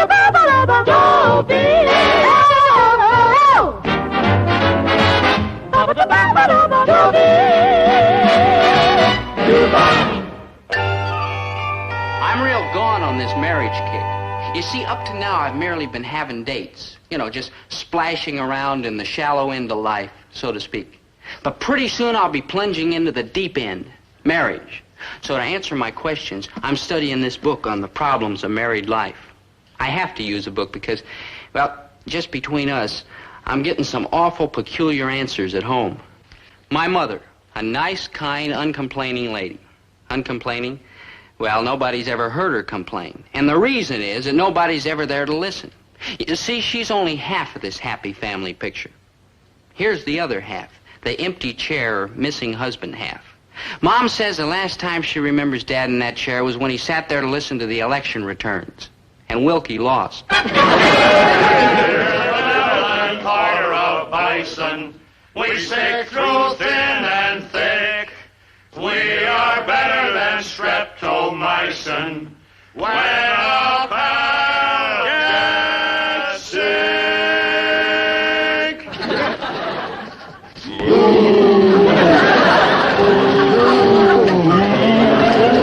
So now you know the truth.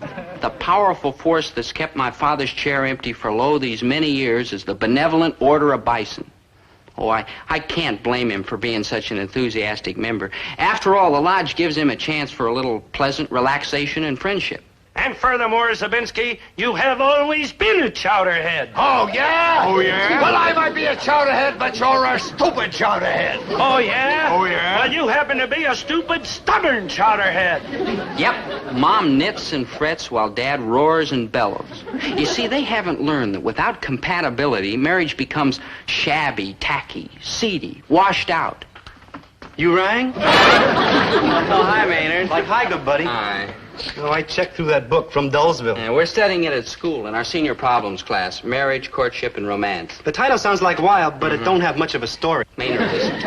I'm reading this book because I want to be better prepared for marriage than my mother and father were. My folks are like a mess, too. Mine aren't a mess. They're just incompatible. And they don't spend enough time together to get compatible. Well, those are the breaks. But I live in hope. Hope that someday, somehow, something will happen that'll bring my father back to his home and hearth where he's so well beloved and away from the Bison Lodge forever.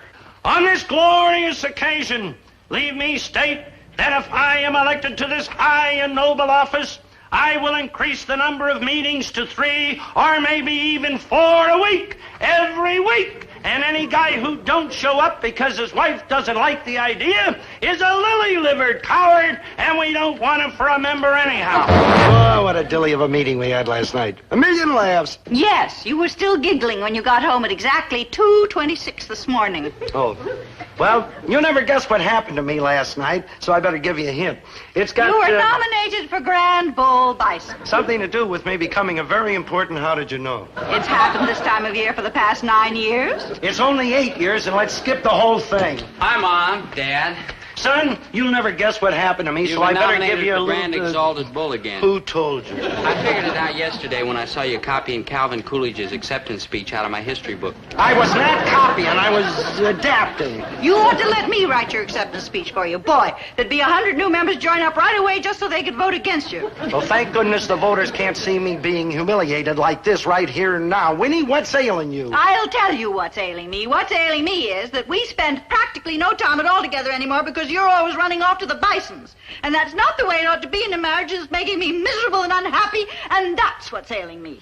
Winnie, we spend plenty of time together right here in the store. Sure, filling orders. What about after the store's closed? That's when we deliver the orders.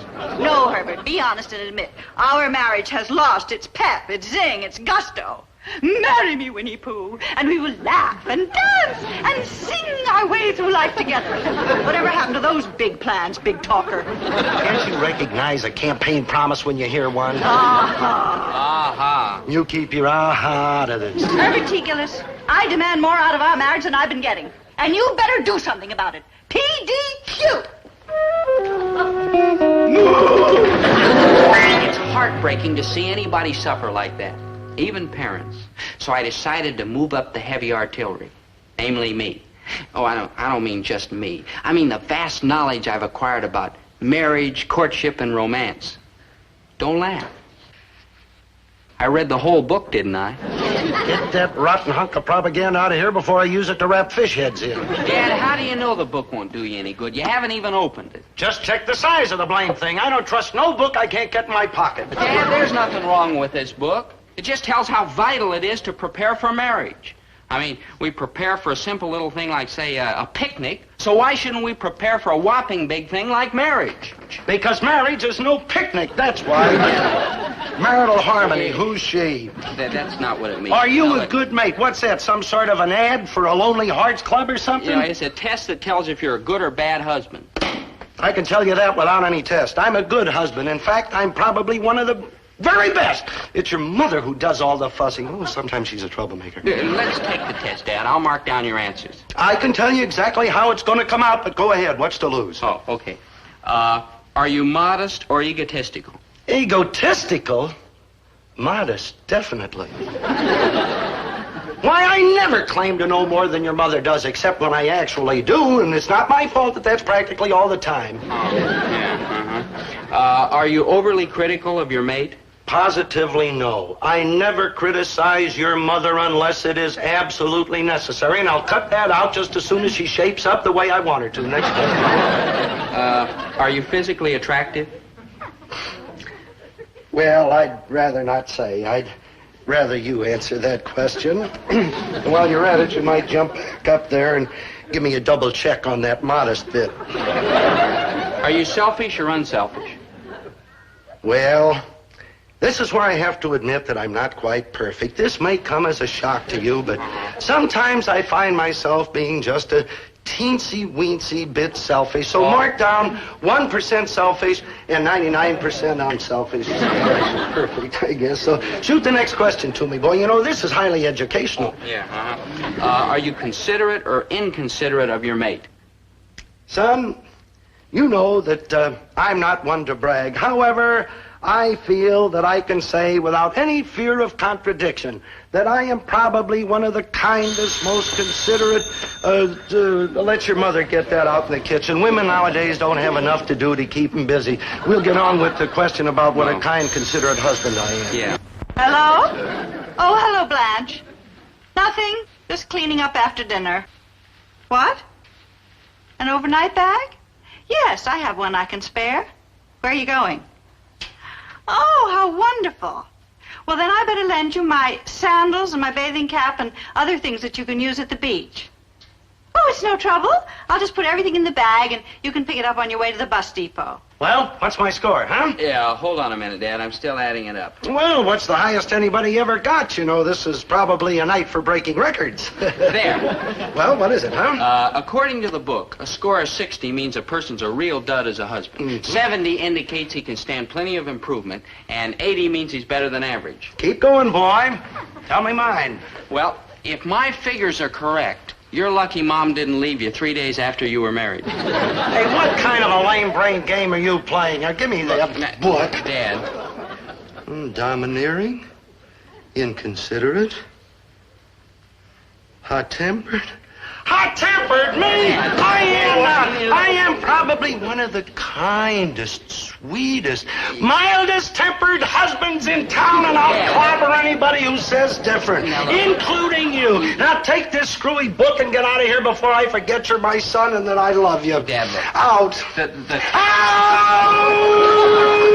Excuse me, Mom. Winnie, we gotta do something about the things they're teaching our kids in school. Dobie just showed up here with some loony book that says that it's a miracle you didn't leave me. What are you doing? Packing my bag. What for? What does a person usually do with an overnight bag? Oh, come on now, Winnie. Don't try to scare me. I am not trying to scare you. Pass me those beach sandals, please. Beach sandals? Oh, you're running off to Bermuda or Acapulco or Honolulu or one of those places to make up for all the good times I promised you and then didn't give you. Oh, Winnie, don't leave me, Herbert, please. I am not leaving you. Yes, you are. I can feel it in my tired, guilty old bones. Herbert, I am staying right here. No, you're not. You're just saying that to make me feel good and because you feel sorry for me. This bag belongs to Blanche Ginder. She's visiting her sister up at the lake. See that? You feel sorrier for Blanche Ginder's sister than you do for me. Feel sorry for me, Winnie. I'm your husband. Herbert, the neighbors. Oh, blast the neighbors. Oh, Winnie, I'll reform. I promise. I'll be a new Herbert T. Gillis. I'll get rid of the old one. Dad, you want me to get that book for you?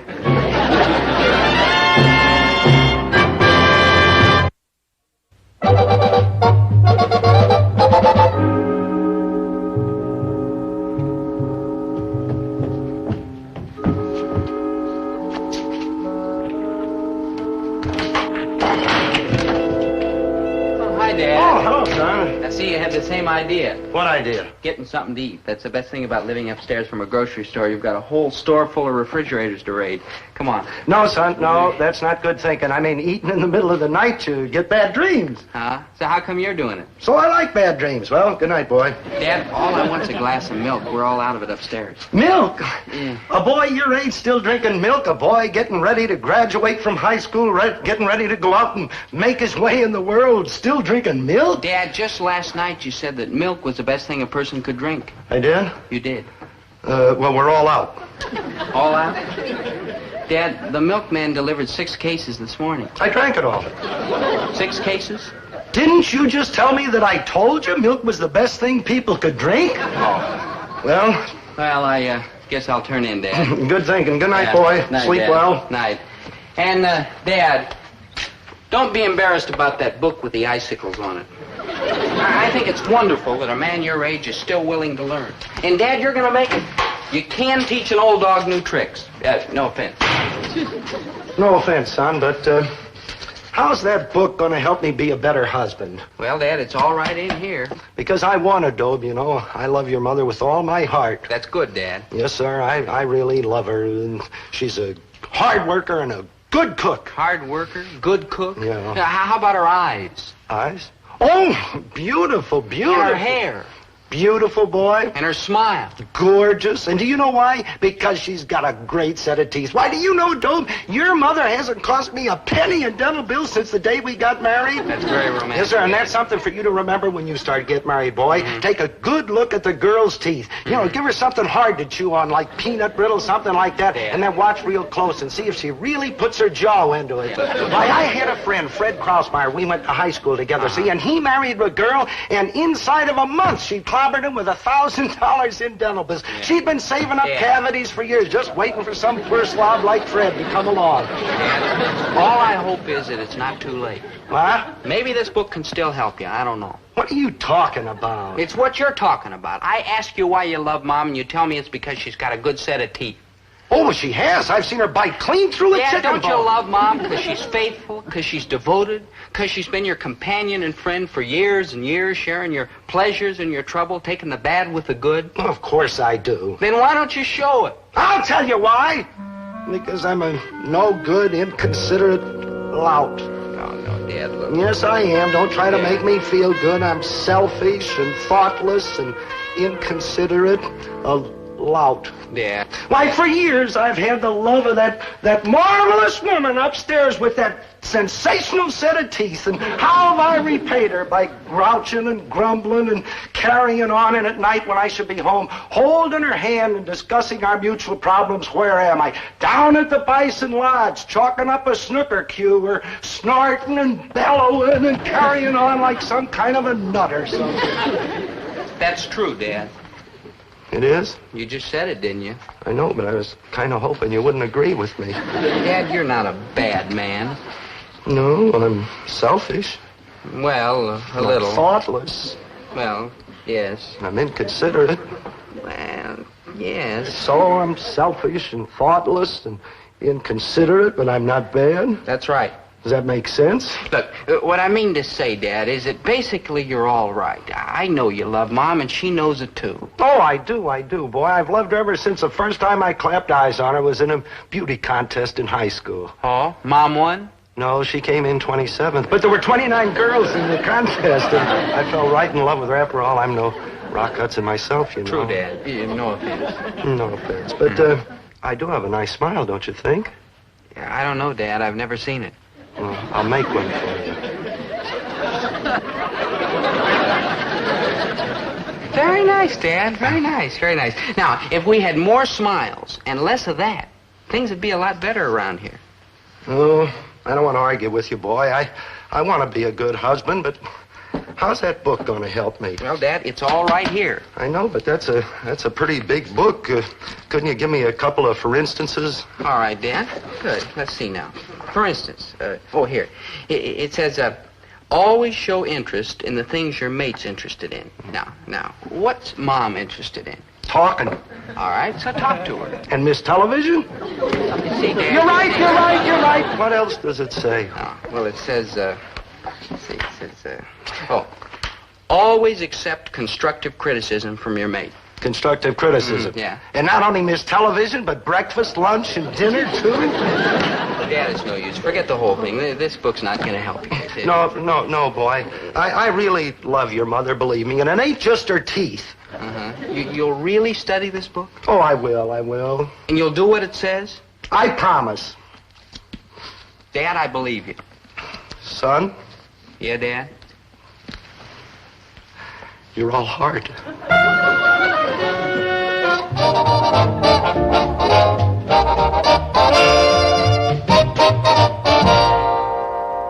Well, sir, Dad did study the book. And he did do what it said. Part of it, anyhow. Dad, Halloween's over. Never mind the wisecracks. I got these duds out of an old trunk up in the attic. I bought them on our honeymoon. Oh? Acapulco? Tijuana. And it's all on account of that book of yours. It's the only idea in the whole shebang that isn't pointless, stupid, knuckleheaded. Like hi, Dobe. Oh, like bye, Dobe. Maynard, it's only my father. Well, those are the breaks. What are you made up for, Mr. G? Halloween's like over. One more remark like that out of him and out. I wouldn't say nothing about your clothes. I like 'em. See, I told you he was going to make some kind of a dirty crack. What about the clothes, Dad? Oh, well, it's kind of a surprise for your mother. You know, that book you gave me, it says that we should try to recreate the atmosphere of the courtship. Oh, Courtship? you see, No, don't go to court, Mr. G. Out. You don't have to go to court. I mean, they can't pinch you for wearing them clothes, no matter how screwy you look. I mean, they can't drag you into court for anything you wear, as long as you wear something. Yeah. I know, they keep trying to run me in. Dad, the book just meant to treat Mom like it did when you were courting. And that's exactly what I'm gonna do. Boo-boo-boo-boo, boo-boo-boo-boo, Hot Lips Herbie Gillis, they used to call me in those days. Oh, she's gonna get a big kick out of this. Boo-boo-boo-boo, but me. Well, girls, I'm dummy. I'll get the coffee. Good. Did you get a look at that dress that poor thing's wearing? 5 years old, if it was a day. That tightwad Herbert T. Gillis.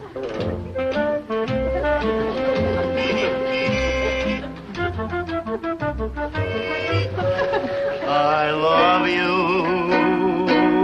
That's what my heart keeps saying. While every breeze is playing our Cuban love song. Boo, boo, boo, boo, I love you. For all the joy you brought me. A lovely night you taught me. Our Cuban love song.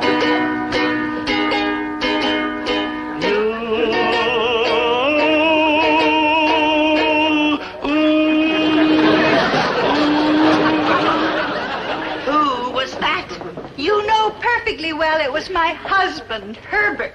Oh. Don't you oh-ho-ho-ho me. I know what you're all thinking, and it just isn't so. You can tell us, dear. What is it? Horses? Poker? Belting the grape? Another woman? It's none of those things. Herbert acted sweet to me because he loves me and he wants me always to be happy, and that's all there is to it. Sure, Winifred, sure. Well, it's true. He's not going to the bison meetings anymore because I complained to him that he was spending too much time down there. You mean a bison gave up his lodge on account of his wife? He hasn't been there in over a week, and I know, because he's been taking me out every night to the movies and fancy nightclubs and intimate little restaurants, every place. He treats me just like when we were courting, and it's been wonderful. Candlelight dinners, flowers twice a day, perfume. Go on. Yes, for heaven's sake, don't stop now. Yes, tell us.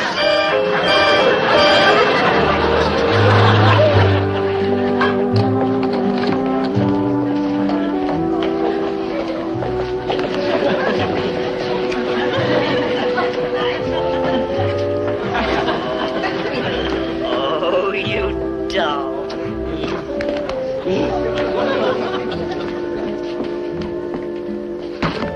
What's all this crazy business here? All those girls are terribly envious of me. Of you? Of course. And all because you're so sweet to me. Me? Oh, come on. It's true, dear. And now, would you do one more sweet thing for me? You bet, Winnie Pooh. Anything? Go to the next bison meeting You're kidding. and campaign like the Dickens, because I'm just dying to be Mrs. Grand Exalted Big Bull. So I shall insist it. Oh, Grand Exalted Big Bull Bison, for being late to the gathering of the herd, I seize a culprit. Herd him into punishment. I now. Who shall present the charges against banished Bull Gillis? I will. Me first. And me next. I charge Bull Gillis with unbison-like conduct, unbecoming to a bison, being nice to his wife. Now listen, you belly-aching bully, you. Sit down, you. How can I teach that? And on account of Gillis, our wives have passed a rule. We can only come to the lodge once a week. Reverend Bull, shall Bull Gillis be stomped out of the herd? Oh, no, you can't stop me. After all, I'm really a sweet guy. Oh, I may get a little loudmouth once in a while, but underneath beats a heart of pure gold.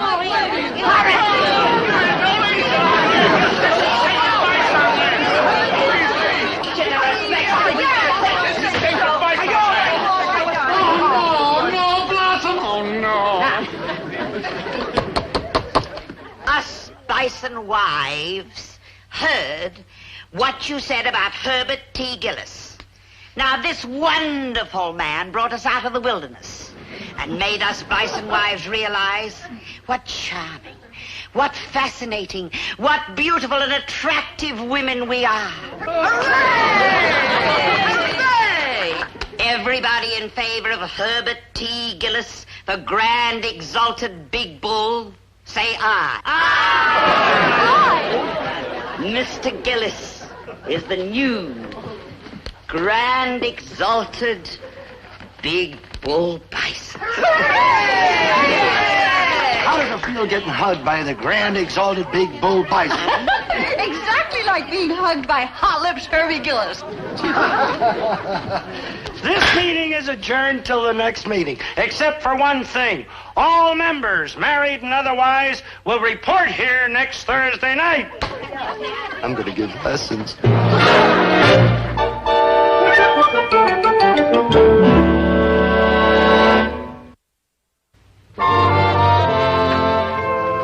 Ready to go to the movies, though? Oh, Maynard. They're showing a quadruple feature. The first feature is The Monster That Devoured Cleveland. Maynard. The second feature is The Son of the Monster That Devoured Cleveland. Maynard, listen. The third feature is The Bride of the Son of the Monster That Devoured Maynard, Cleveland. stop. We can't go to the movies. Yeah, and the fourth feature is The Return of the Bride of the Son of... We're not going to the movies? That's right. I gotta get back and watch the store. Mom and Dad are going out tonight. Like out tonight? To dinner and then to a show and then dancing. And it's all on account of the things Dad learned from this book. No Monster That Devoured Cleveland? No. No Son of the Monster That Devoured No. Cleveland? No Bride of the Son of... Maynard, no. Oh. Yeah? Like I always said, books cause nothing but trouble. I know, Maynard.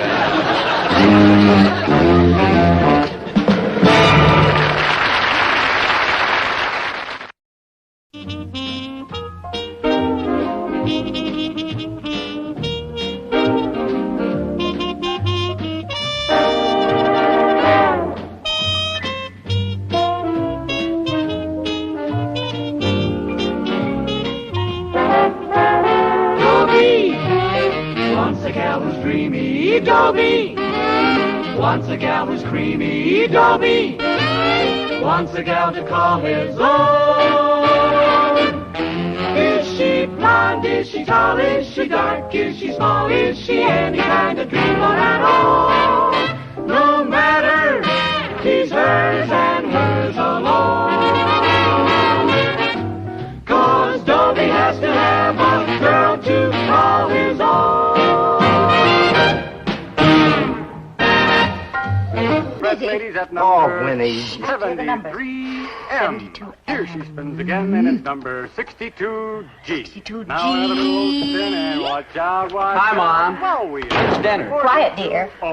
42-0. Dad, what's going on? Ooh, your mother doesn't have time for a little thing like her family. How She's too busy with her contest. Now, here we go again, and let's hope it's the lucky number for you. Yes, sir. Winifred! What happened to the sports page? Oh, that's what was on the back of the entry blank for the contest to name the new colt of Nathan the Wonder Horse. Oh, it's time for the Name the Melody contest. Dobie! Dobie!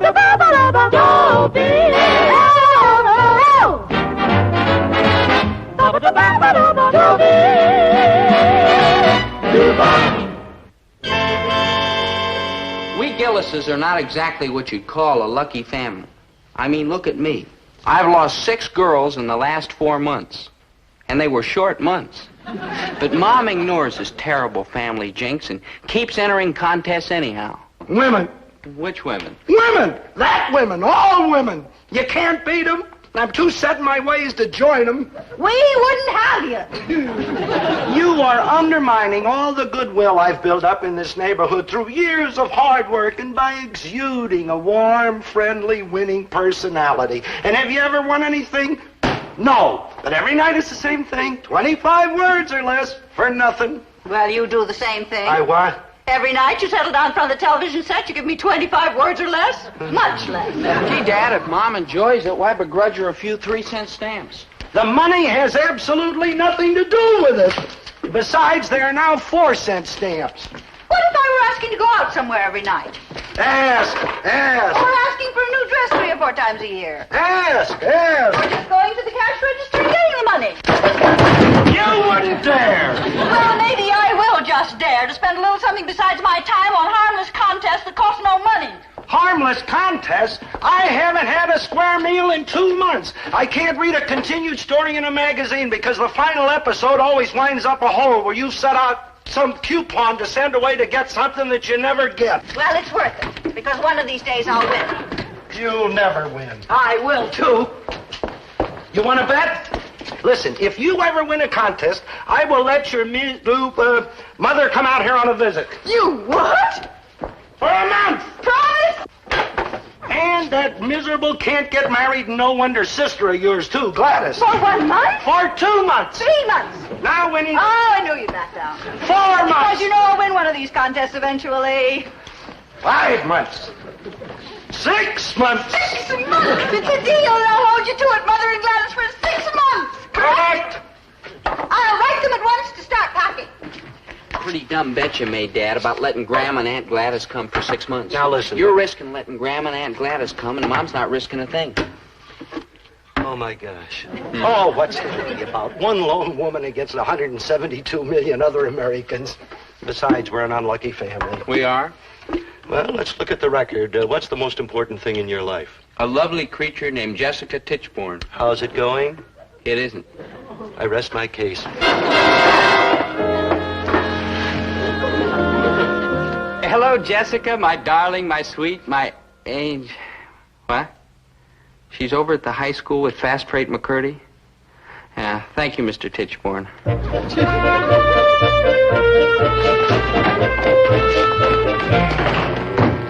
No. Oh, now, why? will you please stop following me around? Oh, why, Jessica, baby? I've been telling you for a week. Oh, why, Jessica, baby? Because of all the boys I know, you're the most dismal, boorish, dreary, unappetizing. You rang? Quiet. Like Hido, what you doing? Shh. What fun is that? Will you try to get it through your thick, athletic skull, Fast Freight? The undying love I felt for you is dead. If there's another guy, I'll murder him. Hey, that's Fast Freight McCurdy. Ooh, I wouldn't want to get murdered by him. There is no other man, Fast Freight. I got sick of you without any help. You used to be crazy about my deep breathing. For 2.5 regrettable semesters, when I mistook it for passion. Oh, come on, Jessica, baby. You know you're crazy about Fast Freight. Feel that bicep. Oh, no. Come on, let me curl you. No. Now, it just no longer gives me that fluttery, buttery, stuttery feeling. Give me the stomach with all your might. Come on. Never again, Fast Freight. I'm going to find me a boy with the strength of an hour-old kitten and the courage of a crippled butterfly. A boy with biceps of sponge, legs of jelly, and a backbone like a wet noodle. You rang? Indeed, I did. And never has an order been filled more perfectly. Hi, Dobie. Jessica, my sweet. My stomach's full of butterflies, all cowardly. You're sweet. Yes. And you take your big lumpy muscles and go home. Jessica. Go. Oh, delight of my delights, oh, moon of my Caribbean, oh, princess of my infinity. Hey, that's cute. Yes, it is. Zelda! Only it just so happens I'm the one who wrote it. Splendid, Ducks. I was afraid momentarily that he was going to be brainy. And I might add, Ducks, I wrote it for Dobie to say to me on my last birthday. It was his birthday present to me. His only present. Oh, I care nothing about money. Oh, delight of my delights, oh, moon of my Caribbean. Jessica, you can't want him. I mean, take a look. That tiny chin, that pointed head, those pigeon toes. You can't possibly want him. Oh, but I do. Oh, she does. He's perfect. Mm-hmm. Perfect? A perfect what? Yes. Mess? Yes. That's what you want, a mess? Oh, yes. Small girl, What? you're like bed. You could be like right.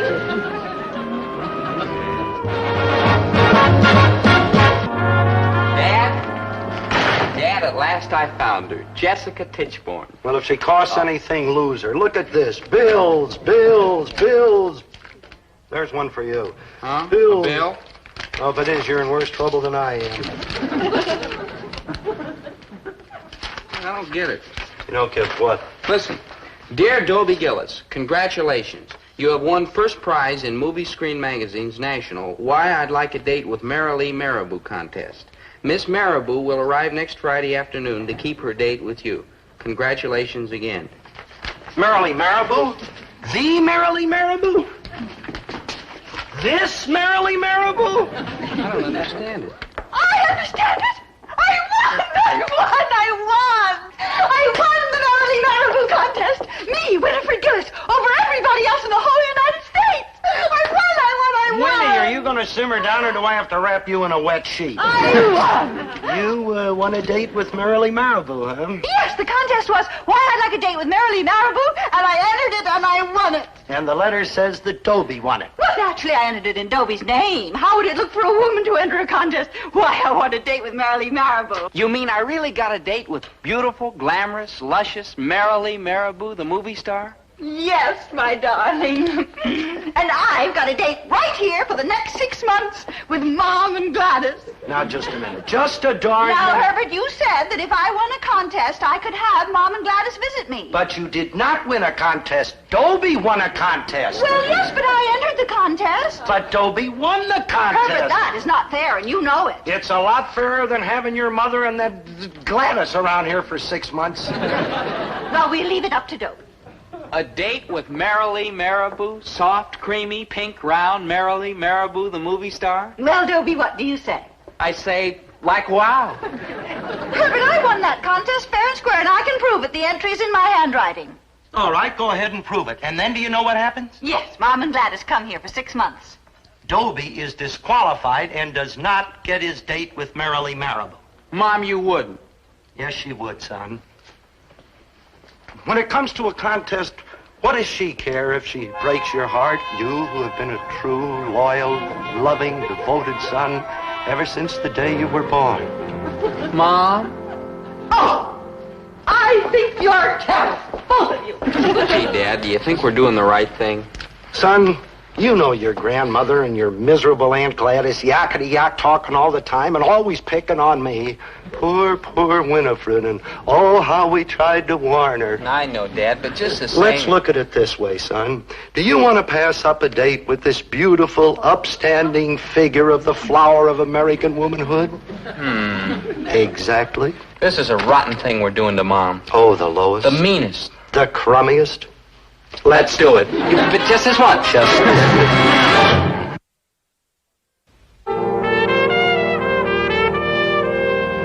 Ah, here I am, my dearest, to sing you songs of love. Oh, delight of my You're delight. late, Dobie.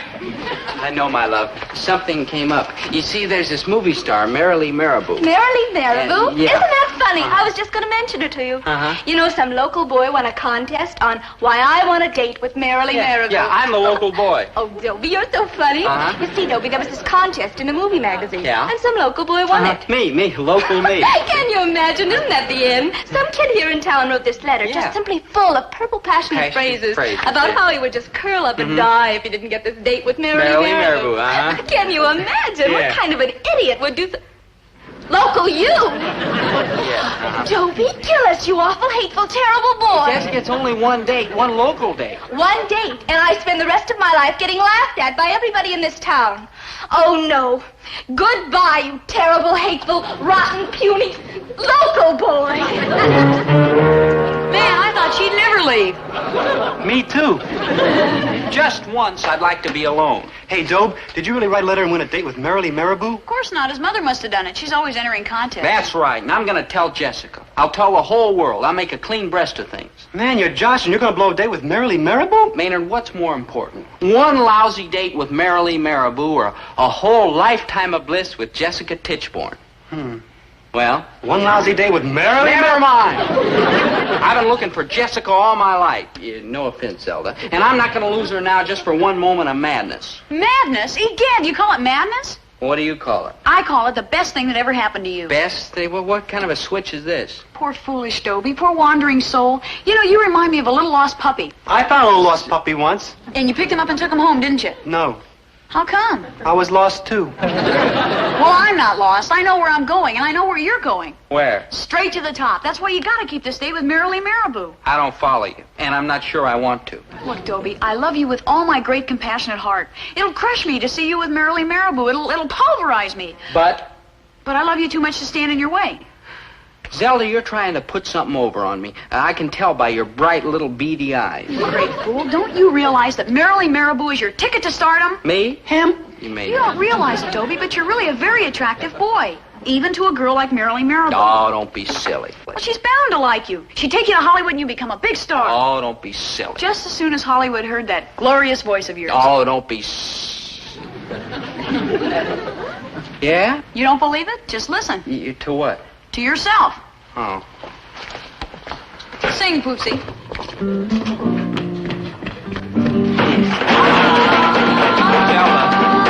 Zelda. Maynard. Zelda! Zelda, you're up to something. Sure, making you a star.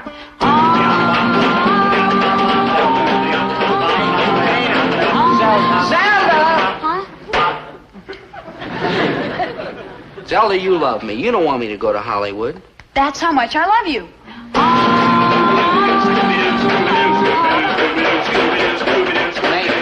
Yeah?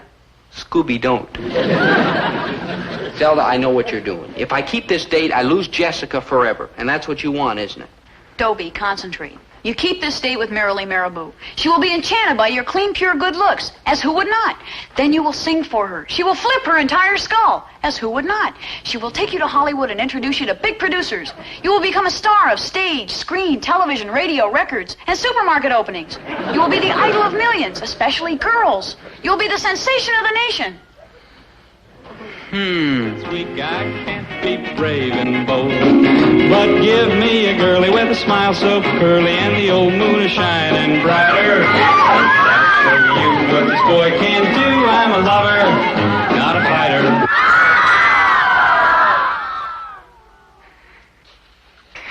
Do you really think so? Of course, Poopsie. And to think you were worried about Jessica. Why, you'll have hundreds of Jessicas, thousands. Zelda, my dear. What? Play.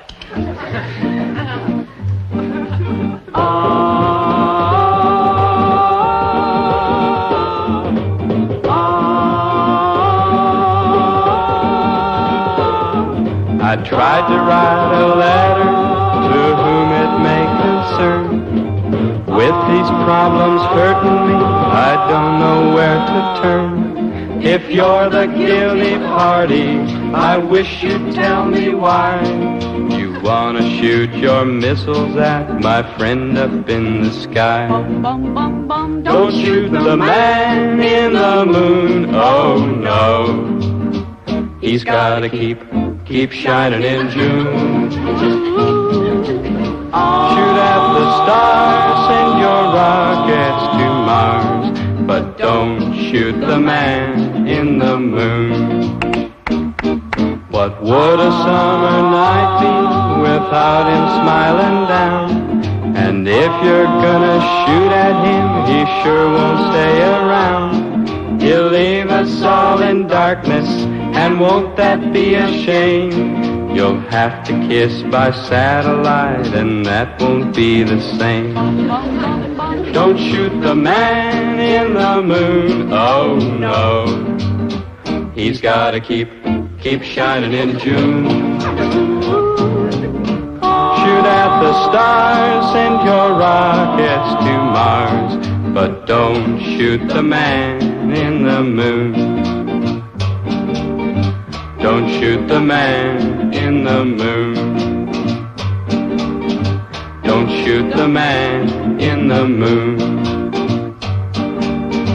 Don't shoot the man in the moon.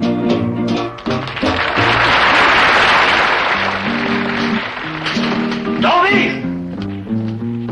Dobie, you have to keep doing that. All this racket is driving me. Oh, sure. Opportunity knocks but once. Well, tell it not to knock so loud. Oh, ho! Writing to your mother and sister, huh? Herbert, I won that contest fair and square, and you know it. And you promised, and I think you're being just mean and awful. Mom, I feel rotten about this, honest I do. But if word gets out that I didn't win the contest and I don't get a date with Merrily Marabou, then I'll never get to be a big star of stage, screen, television, radio, records, and supermarket openings. I'm sorry, Mom, but you see how it is. Why, Dobie! Stage, screen, radio, and supermarkets, what on earth is he babbling about? You know, Winnie, it could be the kid's making sense for once in his life. After all, he comes from people who are loaded with talent. Like who? Like little Herbie Gillis, the tops and taps.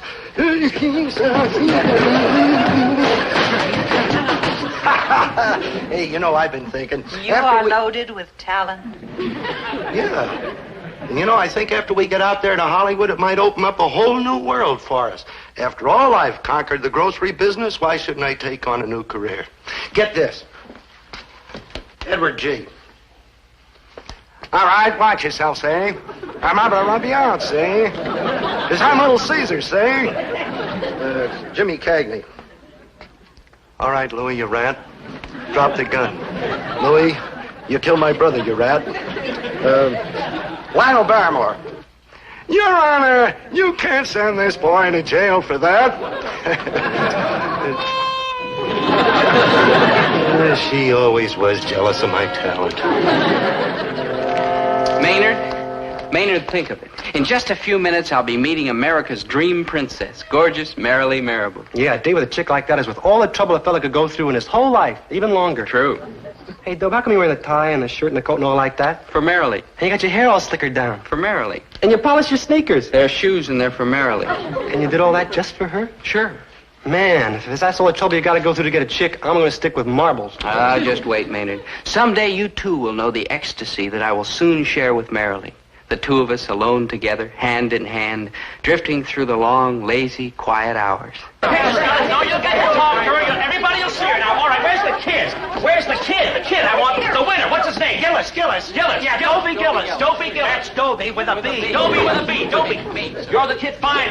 On the photographer's set. Sir, good. This isn't my date with Marilee Marabou, is it? I mean, after all these people go, we're going to have some time, just the two of us. Marilee Marabou and me alone together, aren't we, sir? What are you, some kind of a nut or something? We have to catch the 4:30 plane to Cleveland. The newsman's set. Well, that's 8 minutes. You set? Sir.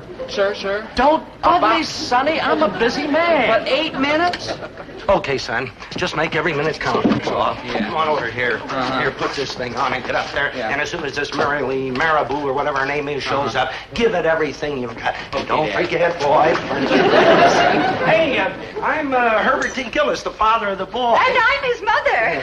Those are the breaks. Now, incidentally, when you get the boy out to Hollywood, you won't have to worry because naturally I'll go along with him, see? And at the moment, I happen to be a very successful independent retail merchant. And before... Good, sweetie, baby. That's great. But before that, you see, I was in show business. Get this, Eddie J. All right, watch it, say. Or I'll rub you out, say. Because I'm Little Caesar, say. And Jimmy Cagney. All right, Louis, you rat. Things that I did. All right, now, I like the first one, see? I like the first one.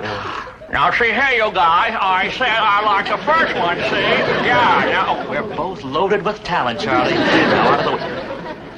Attention, everyone.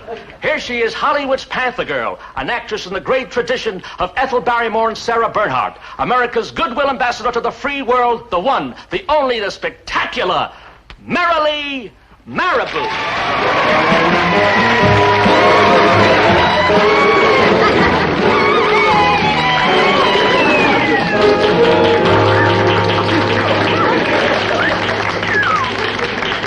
Miss Marabou, I want you to meet the lucky young man who wrote that touching letter that won him a date with you today. Oh, delight of my delights, oh, moon of my Caribbean, oh, princess of my infinity. Come on, get up there and sing, boy, sing. Yeah. Now, Marilee, tell the folks how happy you are to be in their lovely little town. And how much you enjoyed making your last picture, the bud and the unbud.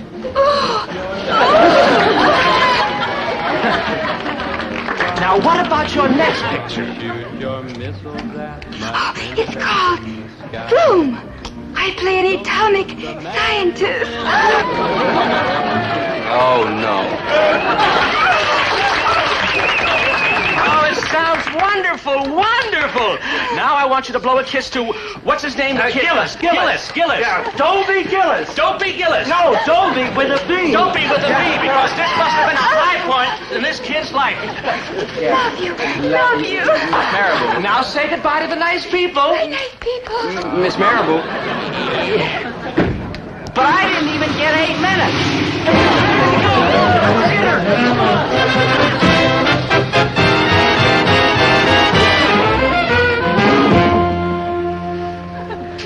Thanks a lump. Dobie, I'm sorry, honest. No. Jessica, please, can't we talk this over? No. But I didn't write that letter to Marilee Marabou. My mother wrote it. There. The truth is out at last. Winnie. And I've got witnesses. I won that contest, and you're going to do what you promised. Winnie. Mother and Gladys for 6 months. Now, Winnie. Let me get this straight. Your mother wrote a letter asking for a date with Marilee Marabou. Yeah. And that's your father, the one who did all those imitations. Yeah. And that's your best friend. Well, yeah. Bye, Dobie. Jessica. It's all right, Dobie. You still got me. And me. And me. And your grandmother. And Aunt Gladys.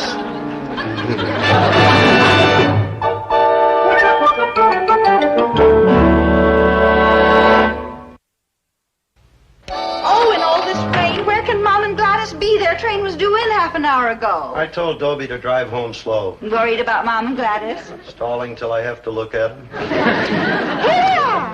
Oh, here they are!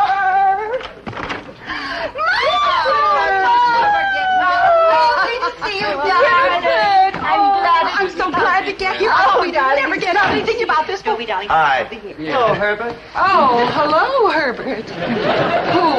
Poor Winifred. How we warned her. What'd I tell you? Poor Dad. Maynard, it was awful last night, the way Dad got roughed up by Grandma and Aunt Gladys. And all on account of those contests. Why do people let contests run their lives? I mean, Mom and Dad were... Maynard, what are you doing? Maynard? I would like to visit the Okefenokee Swamp in 25 words or less by Maynard G. Krebs. I would like to visit the Okefenokee Swamp because it's one of the friendliest swamps in the whole state of Minneapolis. The Okefenokee Swamp is also full of friendly alligators and friendly snakes.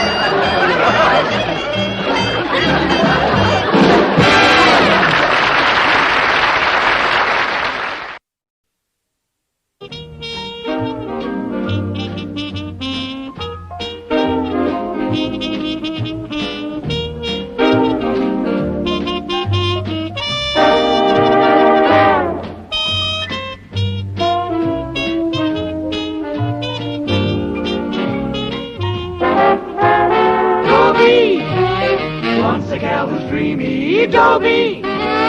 Wants a gal who's creamy, Dobie. Wants a gal to call his own. Is she blonde? Is she tall? Is she dark? Is she small? Is she any kind of dreamer at all? No matter, he's hers and hers alone. 'Cause Dobie has to have a girl to call his own.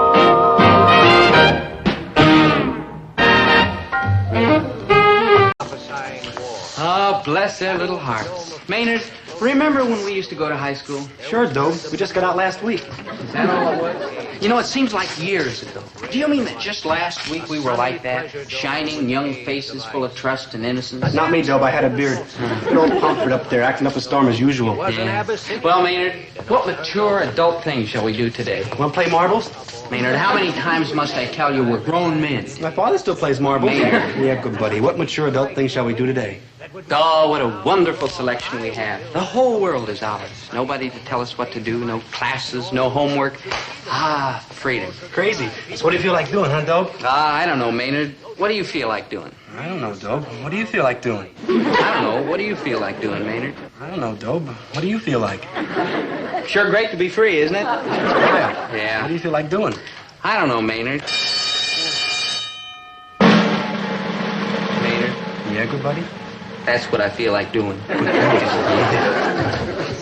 Oh, no. I served my time with you two 3 long years. In some cases, even more.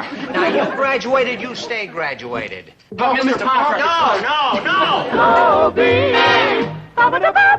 Dobie.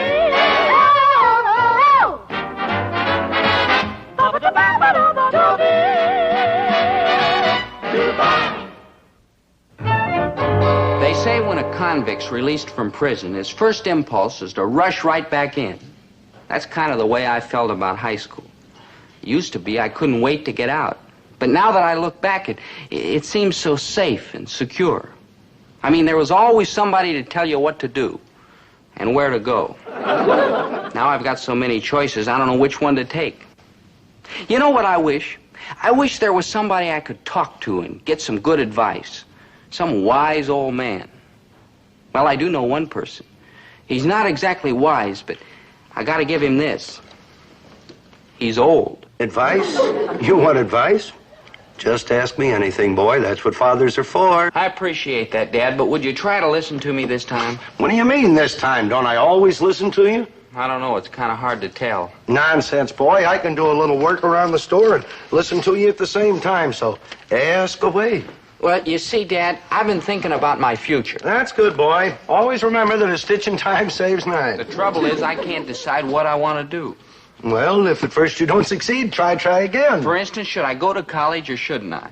I'm not even sure I can get in, but even if I do, will I make it? Let's face it, Dad, I'm not exactly a brain trust. And yet everybody knows how important college is. Learning, my boy, is more precious than rubies. You mean I should go to college? But it's a wise man who knows his own limitations. You mean I shouldn't go? But a little learning is a dangerous thing. Dad, listen, please. What should I do? Do like I told you, son. These lessons I have learned the hard way. Take them. They are yours. Use them. Thanks a lot. Dobie, you know what I think? I don't think I helped you at all. Good thinking. You know, son, after all, I'm not the brightest guy in the world. True. Don't agree so fast. Oh, no offense, Dad. What I need now is somebody extra wise, super intelligent. A kind of combination of Einstein and Plato and Baruch and Shakespeare. You rang? No offense, Maynard, but if he rang, never was there such a wrong number. He like, thanks, Mr. G. What are you doing, Dope? Bugging your old dad about the future? Well, sort of. Yeah, I bugged my old dad all morning. No? What did he tell you?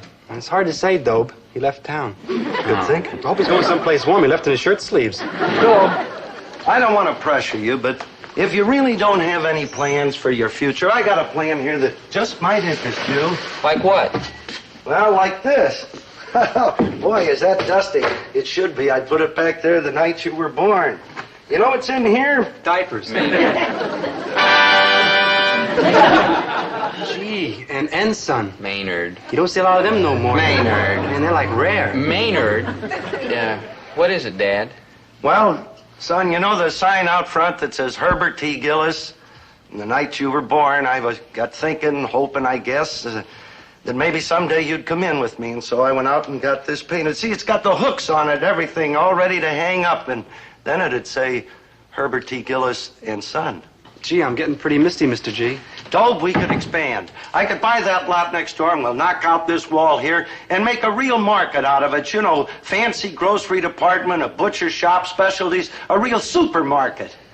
Dad, I want you to know I appreciate this. Oh, no pressure. Anything you say's okay with me, boy. I'm just not sure is all. I hate to disappoint you. Never mind me. After all, boy, it's your future. Well, that's just it, Dad. Sure, I've thought about being a grocer, and maybe that's the way I'll end up. Gillis and Son. Right now, I don't know. I don't know what I want. That's why I'm looking for somebody who can give me some advice. Somebody really wise and intelligent and experienced. Man, why didn't you say so? Just follow me. I know just the cat.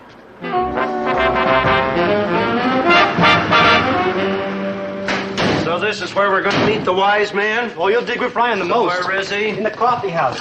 Coffee house, I see a phone booth. Like après-vous, Mr. G.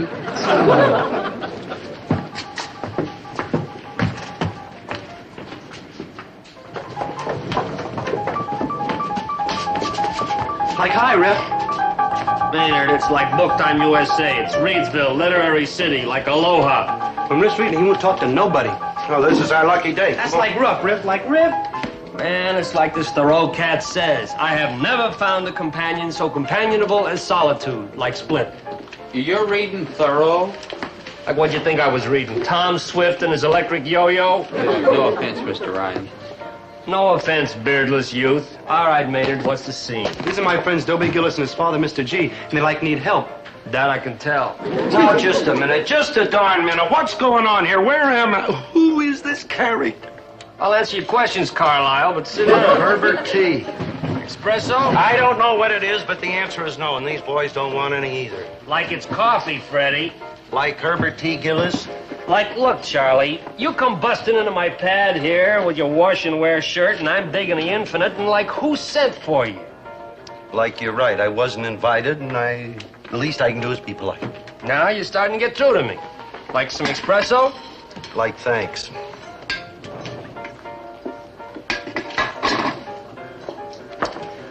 You know, with a little cream and sugar, this wouldn't be a bad cup of coffee. Now then, Orville. Herbert.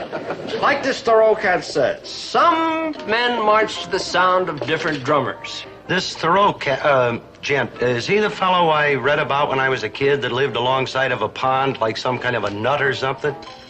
That's the question, Rodney. Herbert. Was Thoreau some kind of a nut, or was the rest of the world nuts? I mean, he didn't want to be chairman of the board. He didn't want to drive the longest car in town. He didn't want to be one of the 10 best-dressed men. All he wanted was some peace and quiet so he could think about the important thing. Like, who are we? Where are we going? Why are we here? Now, is that some kind of a nut, Homer? Herbert T. Well, it sounds good, but if everybody lived like that, the world's work would never get done. So? So I suppose it sounds nice to you kids to sit down someplace and just think beautiful thoughts and never have to grub for filthy lucre. Crazy. Well, what's wrong with it? Well, without filthy lucre, Dobie, there are no sports jackets, no outboard motors, and without those things, there are no dates with girls, and no filthy lucre, no bongos, no phonographs, no hi-fi, lo-fi, or no-fi records. Goodbye, Mr. Ryan. So long. Thanks for the use of the hall and the espresso. So long, Philip. Don't say I didn't try to help. It's Herbert T. And incidentally, I appreciate your advice. I appreciate it, but I don't buy it. Oh, I suppose it'd be nice to just sit by the side of the road and watch the rat race, but you gotta be built for that sort of thing. If you are, more power to you. Me, I'm not, and neither of the boys, although sometimes they may think so. So long, Socrates. It's Riff. Well, any more wise men you want to consult? Well, I got one for you. Come on. No, it's not fair. It just isn't fair. Now you listen to me, Pomfret. After all, I am a citizen and a taxpayer. And what am I, a Russian spy? Now listen, you owe a duty to these boys. I did my duty above and beyond. I stuck with them for 3 years, 3 long years. Oh, come on, Pomfret. Just for old lang syne, give the kids some advice. After all, you used to be pretty good buddies, you know. That's always been my trouble. I can't say no. All right, boys. What's your problem? Well, sir, we're kind of loose ends. We don't know what to do with ourselves. What would you like to do? Nothing. Yes, Maynard, I know. Now, you butt out of the conversation. I'll direct my questions to Dobie. Whatever he decides, you're going to do anyhow. That's right, because he's my good buddy. Yes, Maynard. I stick my arm in the fire up to here for him. Maynard. Up to here for him. That's very touching. Both arms up to here for him. Maynard. Now, unless you both end up tending furnaces, a possibility which I don't rule out, there is little likelihood that you will have to stick your arms into the fire for Dobie. Mr. Pomfret, I've been thinking about college. I haven't. College, Dobie, is, of course, an excellent idea if you're a studious type. But if memory serves... Yeah, I see what you mean. What about one of the skilled trades? You know, like a cabinet maker, machinist, television repairman? Yeah, they're fine ideas, all of them. But they all require something called manual dexterity, skill with your hands. Mr. Gillis, there are still spots on the ceiling in there from when these two were taking chemistry lab. Don't tell me you should see the dents in the car. No brains, 10 thumbs.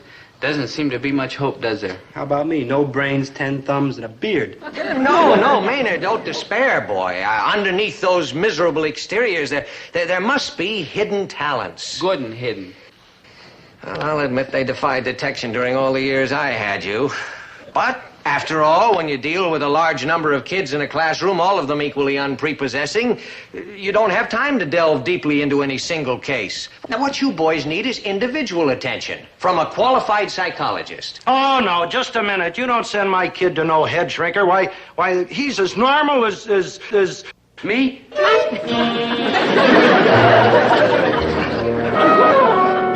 Mr. Gillis, I'm not suggesting sending Dobie to a psychiatrist. What I'm suggesting is a psychometrician. Man, them are the worst kind. Maynard, a psychometrician is simply a man who measures your mental capabilities, gives you a series of psychological tests which will scientifically determine your skills and aptitudes. Science, huh? With all those scientific gadgets and gizmos and stuff like that there? I believe they do have gizmos. You do that, boys. After all, these scientists today, you know, with their sonar and zoom-R and all those electronic razzmatazz things. Will it, like, hurt? Oh, of course it won't hurt, Maynard. You just go down to the Psychological Guidance Center and take the tests. It costs $25. It'll hurt.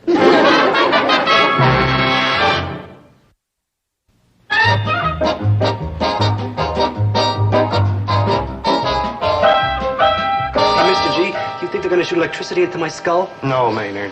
You sure? Because I saw this movie on television the other night, The Monster That Devoured Cleveland. And this cat went to a head doctor, and the head doctor put all these crazy wires in his skull, and all of a sudden electricity started sparkling and crackling. And then when it was all over, this poor cat was so full of vamp fears that every time he bent over, his eyes light up and say, tilt. But it wasn't so bad because every morning he got up and plugged the toaster in his ear and make breakfast. And then he met this chick, a beautiful chick, and wham, it was like love time. Maynard! But it didn't work out because he was AC and she was DC. So he went down to the power station and got a job as a transformer. Enough? Right. Dobie Gillis? Yes, sir. Maynard G. Krebs. Yes, yes. Hello, Doc, and you too. Lady, Doc? Well, I'm Herbert T. Gillis, and I just came along with the boys to sort of get them started, you know, because I'm very interested in science, especially when it's scientific. Yes, well, we try to be scientific here. Oh, I knew that the minute I clapped eyes on you. What kind of tests are you going to give the boys? All kinds, Mr. Gillis. Mental, emotional, psychical. Yes, even some simple physical tests like hearing, vision, balance, smell. You see, what we try to do here is get a complete picture of the boy. If we could begin now. Now, first I'm going to give you what we call a free association test. Uh-huh. I'll say a word to you, and you reply with the very first word that comes into your mind. Uh-huh, yes. Now, for example, if you say bread to most people, they say butter. Mm-hmm. If you say hot, they say fire. Get the idea? Yes, sir. Yes, sir. All right, here we go. Ready? Ready. Mm-hmm. All right. Blue. Girls. Did you say girls? Yes, sir. Yes, sir. Green. Girls. New York. Girls. Dobie. I say blue, you say girls. I say green, you say girls. I say New York, you say girls. What's the association? Why, it's very simple. Blue reminds me of girls because girls wear blue dresses. Green reminds me of girls because girls wear green dresses. New York reminds me of girls because there's a lot of girls in New York. Pretty ones, too. I was looking at a magazine the other day. Let me ask you one question, Dobie. Yes, sir. Does everything remind you of girls? No, of course not. Well, that's encouraging. Yeah. Shall we press on? Yes. Supersonic. Girls. Just a minute, young man.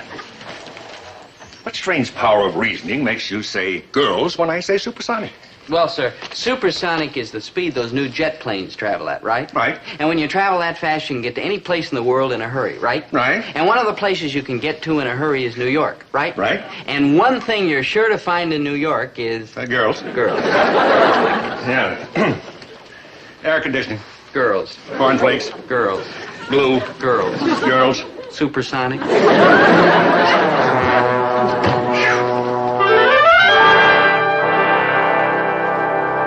Oh, you promised, Doc. You promised. No electricity in the head. Now, Maynard, it's only a sound box, and all it does is make noises. Like a phonograph? That's right, just like a phonograph. Crazy. Now, what I'm going to do now is play a series of sounds, and I will slowly increase the frequency until you can't hear the sounds anymore. Now, you tell me when you can no longer hear. What? Now, a little higher. A little higher. You still hear it? Oh, sure, man. What a beat. All right, Maynard, we're going all the way. Wow. Now, Maynard, don't tell me you can still hear it. Are you kidding? Sure I can hear it. Maynard, that sound is so high that only dogs can hear it. I have some questions to test how mature you are emotionally. Mm-hmm. Who do you like and why do you like them? What are the values by which you judge your friends and loved ones? Mm-hmm. Are they childish values or are they mature values? This test will help us to find out. Yes. Now, if you had your choice, whose son would you rather be? Abraham Lincoln's, General Charles de Gaulle's, Gary Cooper's, or your own father's? Well, sir, Abraham Lincoln was a great man and a fine president, and it would sure be wonderful to live in the White House and meet all those important people. And General de Gaulle? Well, General de Gaulle's also a great man and a fine president, and I guess it'd be a big honor to be his son and live in Paris. Gary like Cooper? that, yeah. Gary Cooper's a wonderful actor. And I'm sure he's a nice guy, too. And of course, it'd be great to be out in Hollywood with all those stars and swimming pools and like that. But I guess I'd have to choose my plain old father. Well, your sentiment does you credit, Dobie. Now, tell me exactly why you'd be willing to pass up all that glory and glamour to stick with your own father. Lincoln, de Gaulle, Gary Cooper. They're all so tall, I'd never be able to borrow their clothes.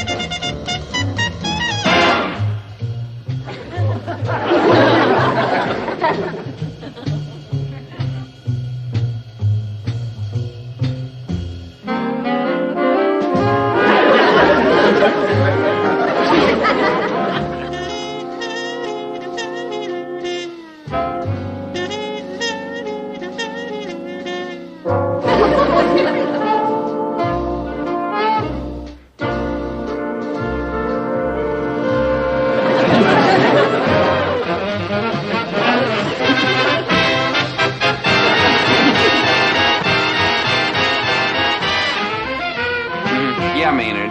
Yeah. Okay, Winnie, just watch the store for a few minutes. Come on, Dobie, let's get going. Yeah, well, see you Come tomorrow, on, Maynard. aren't you Bye-bye. interested in finding out how you did in those Yeah, psychomechanicalism? Maynard coming with us? As a matter of fact, no. His test results won't be ready for a few more days. I think he confused him pretty good. Oh, he confused anybody pretty good. Well, come on, boy. Let's go down and find out what your future's going to be, huh?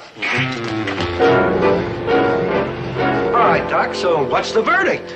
I can't tell you, Mr. Gillis, not quite yet. What do you mean you can't tell me? You tested this kid upstairs, downstairs, and in my lady's parlor. You've had a full week to tabulate the results, and now you come up with, what's this baloney you can't tell me yet? Oh, we have the results all right, Mr. Gillis. They're all right here on this little card. On that one little card? Oh, yes, very scientific. You see, each one of these little holes has a very special meaning. Mm-hmm. So what do they mean? You'll know in exactly 90 seconds. Wow. What's that? That, my boy, is the machine that's going to tell you your future. The machine's going to tell me my future? Hey, that thing must have cost a fortune. $6 million. You hear that, Dobie? $6 million for a machine to tell you your future. How's it work, Doc? Well, I feed the raw data into here. And I turn this dial.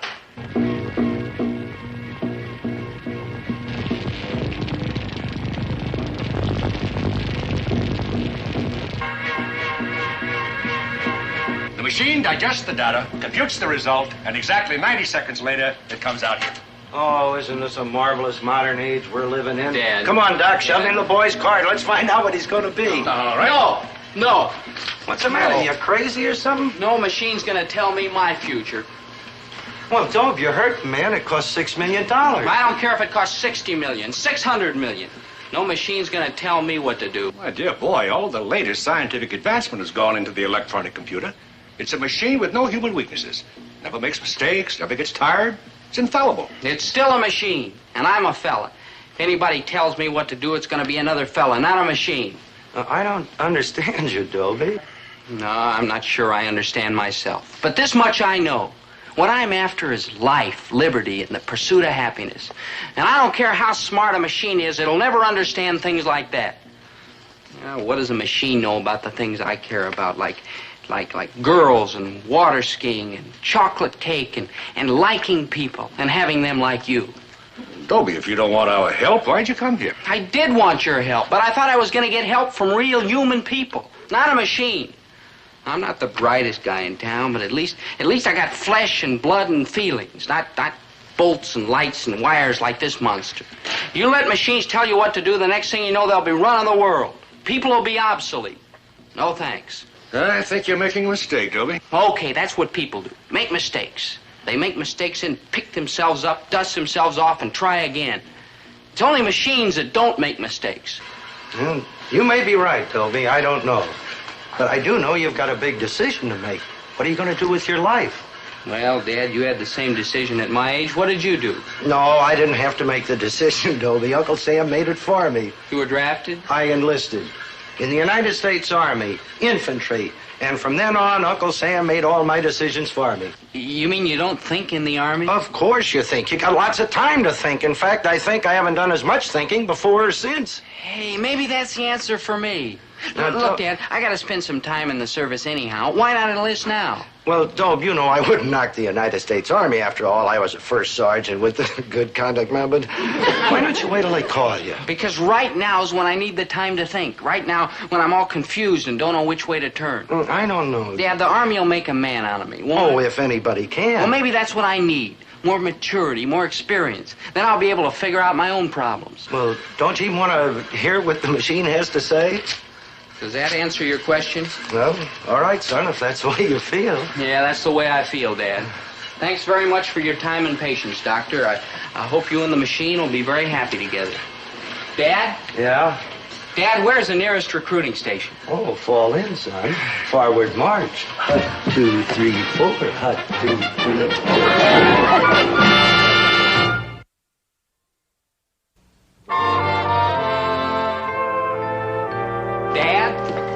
Dad, here it is. My enlistment. I'm in the Army now.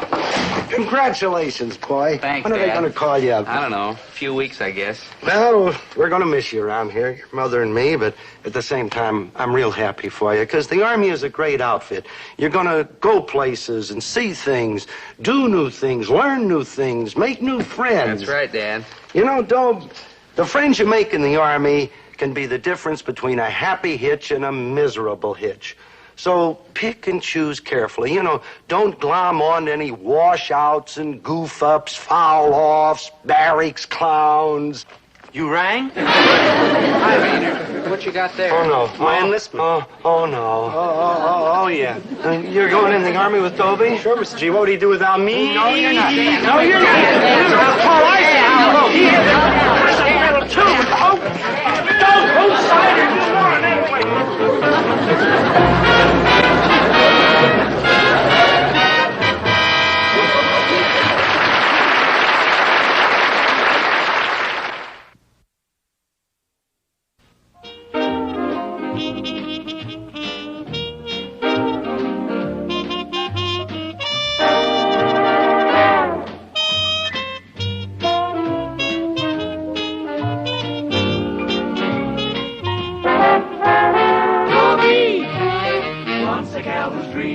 Dobie. Wants a gal who's creamy, Dobie. Wants a gal to call his own. Is she blonde? Is she tall? Is she dark? Is she small? Is she any kind of dreamboat at all? No matter, he's hers and hers alone. 'Cause Dobie has to have a girl to call his own.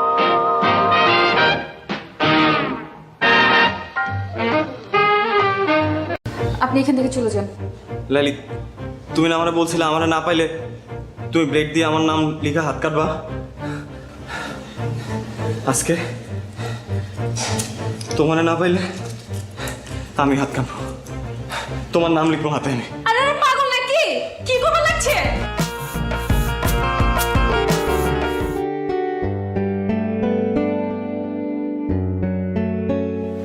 Laili, তোমার সাথে একটু কথা ছিল। আপনার সাথে কোনো কথা বলবে না। Hi Laili. Laili please 1 minute. আপনি বুঝতেছেন না কেন ভাইয়া? বলছি না ও কথা বলবে না। 2 দিন পর ওর বিয়ে, ওর মতো থাকতে দেন। লাইলি, আমার ভুল হয়েছে, আমি আমার ভুল বুঝতে পারছি। দেখো গত কয়েকদিন ধরে আমি কিচ্ছু করতে পারছি না পারতেছি ঘুমাইতে, না পারতেছি কিছু করতে। আমি তোমার সাথে অনেকবার দেখা করতে চাইছি, আমি পারি নাই, আমাকে দেখা করতে দেয়া হয় নাই। আমি তোমাকে ভালোবাসি লাইলি। আপনি হাঁচে আমার ভালোবাসেন? নিজের থেকেও বেশি। তাহলে আমি যা কমু তা শুনবেন? অবশ্যই। কি করতে হবে বলো? আপনি আমার পিছন পিছন ঘোরা বন্ধ করে দিবেন। লাইলি কি বলতেছে এসব? আপনি তো আমারে কইছেন আমি আমার ইজ্জত খোয়াইছি, লগে আমার পরিবারের ইজ্জতও খোয়াইছি। আমার আব্বাই ছেলে পক্ষের কথা দিয়ে দিচ্ছে, আব্বারে তো আর ছোট করুন না, নিজের যথেষ্ট ছোট করছে। আব্বার ইজ্জতে কোনো দাগ দেব না।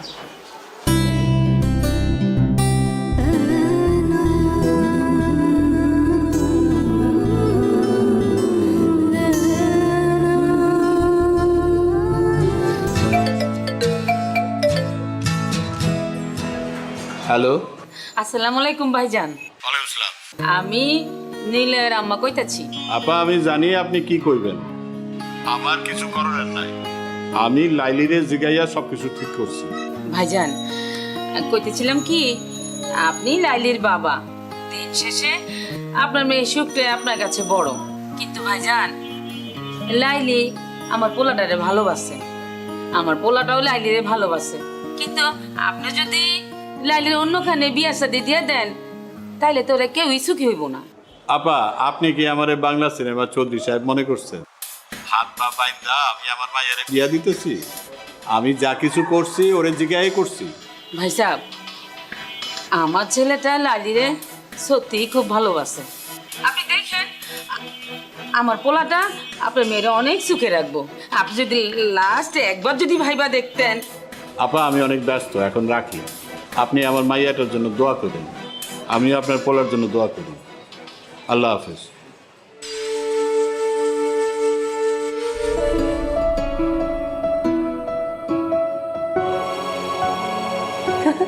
দেখ লাইলি রাজ কি সুন্দর লাগতেছে। হ্যাঁ, বহুত সুন্দর লাগতেছে। সাইটা গুলো মানাইছে।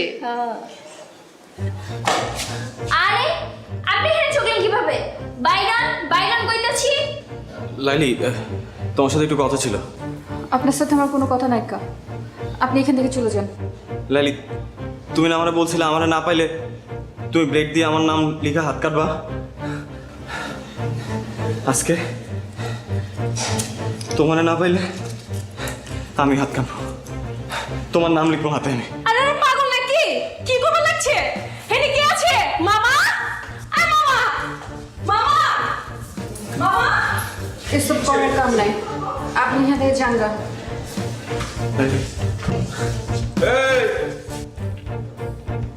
এই চাংরাপলা, এত ড্রামা শুরু করছো কে? হ্যাঁ, পুলিশ ডাকো। আপনি যারে খুশি তারে ডাকেন মামা, আমি লাইলির সাথে বাঁচবো না। তখন তো খুব কইছিলা লাইলি একটা নাটক বাজ, ওই খালি নাটক করে বেড়ায়। হ্যাঁ, ওর লগে মজা লওয়া যায়, ওর লগে প্রেম করা যায় না, আর বিয়া করুম না। আর এখন কইতাছো ওর সাথে আমি বাঁচুম না? না, হ্যাঁ, এসব নাটক বন্ধ করো। আমার বিশ্বাস করেন, আমি কোনো মজা নিতে আসি নাই। আমি সত্যি সত্যি লাইলি তোমার নাম লিখবো, এবং ব্লেড দিয়ে না, সত্যি রক্ত জলের নাম লিখবো। লাইলে, তুই রাজি হয়ে যা। না, ছেলেটা এরকম পাগলামি করতেছে, আমার কাইটা লাইব। এমনি কিন্তু ছেলেটা ভালো আছে, তুই রাজি হইলে সবকিছু ঠিকঠাক হয়ে যাব। আমি দুলা বাইরে সামলাইতেছি, তুই কোনো চিন্তা করিস না, ঠিক আছে? রাজি আছিস না? আরে রাজি হয়ে যা, আমার না করিস না, ভালো আছে ছেলেটা।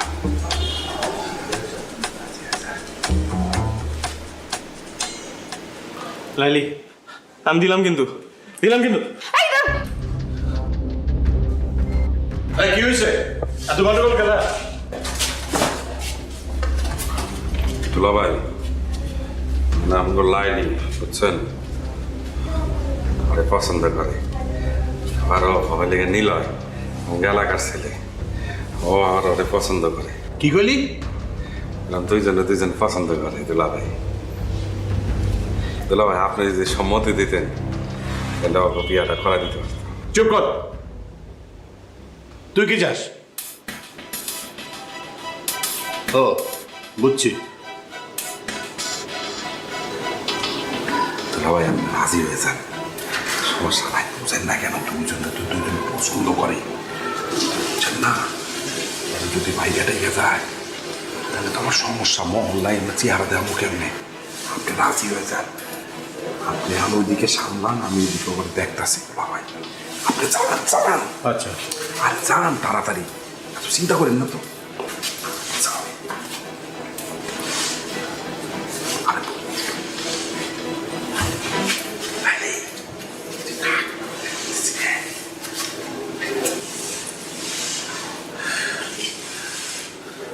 হ্যাঁ কও নাইলে কিন্তু কাটুন হ্যাঁ কও সমস্যা কি তোমার শেষ পর্যন্ত তুমি ঘুড়ি মাস্টার ব্লেড লাইলির কাছে ধরা পড়লা হ গুড়ি মাস্টার ব্লেড লাইলির কাছে হাইরে গেছে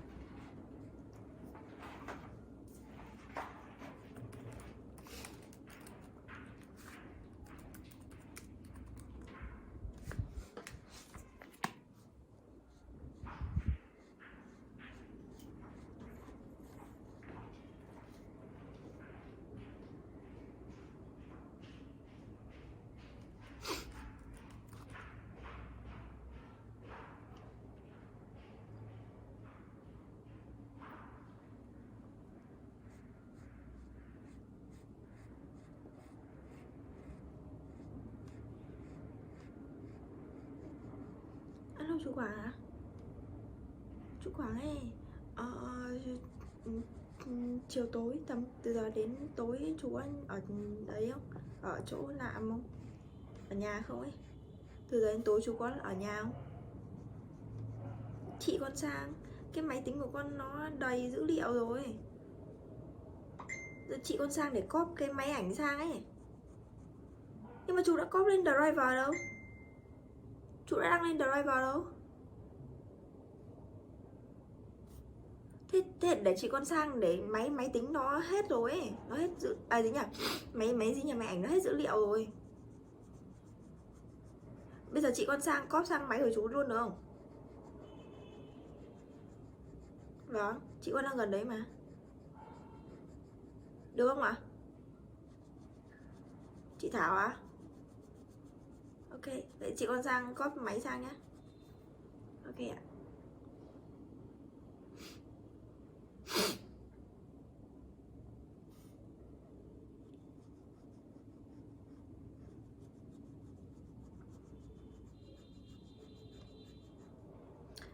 Ê, em vừa bảo là chị đang ở gần đấy ấy.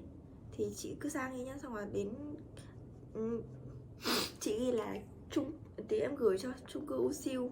Thì chị đến đấy chị bảo là máy tính của em nó bị hết dung lượng rồi ấy. Mà chưa cóp lên driver lên là chị đang tiện đấy, chị sang đấy cóp luôn nhá. Tại vì máy ảnh của chị cũng hết đấy. Tầm 7 cây.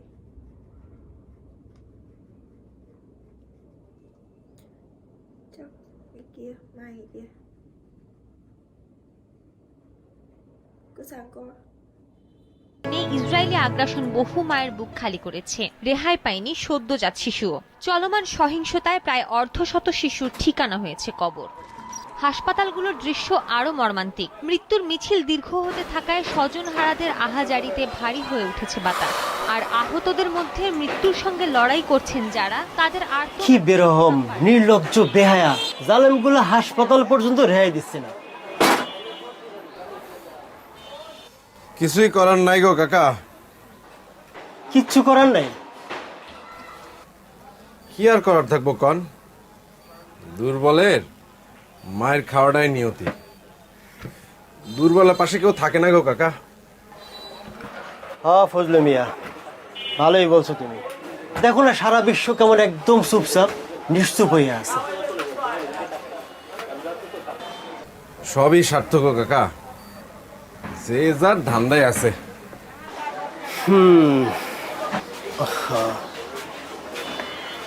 9, 10, 11, 12, মোট 12টা আছে না? বিকালের মধ্যে পাবো তো? সন্ধ্যার দিকে আসেন, লেট করেন না কিন্তু। আচ্ছা ঠিক আছে, লেট হইব না। নতুন নাকি? আসসালামু আলাইকুম। হ্যাঁ নতুন, কয়দিন ধরে আসছে। নাও সন্ধ্যার মধ্যে ভালো করে করে রাখো।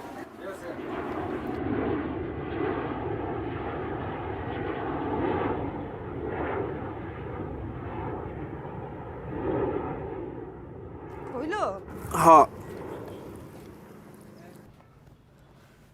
তাড়াতাড়ি আসো, বইসা আছে তোমার জন্য। আইতেছি। কি রে বাপ, খিদা লাগলে খায়া ফেলবি, আমার লাগে বয়া থাকবি না। কত কথা শুনে।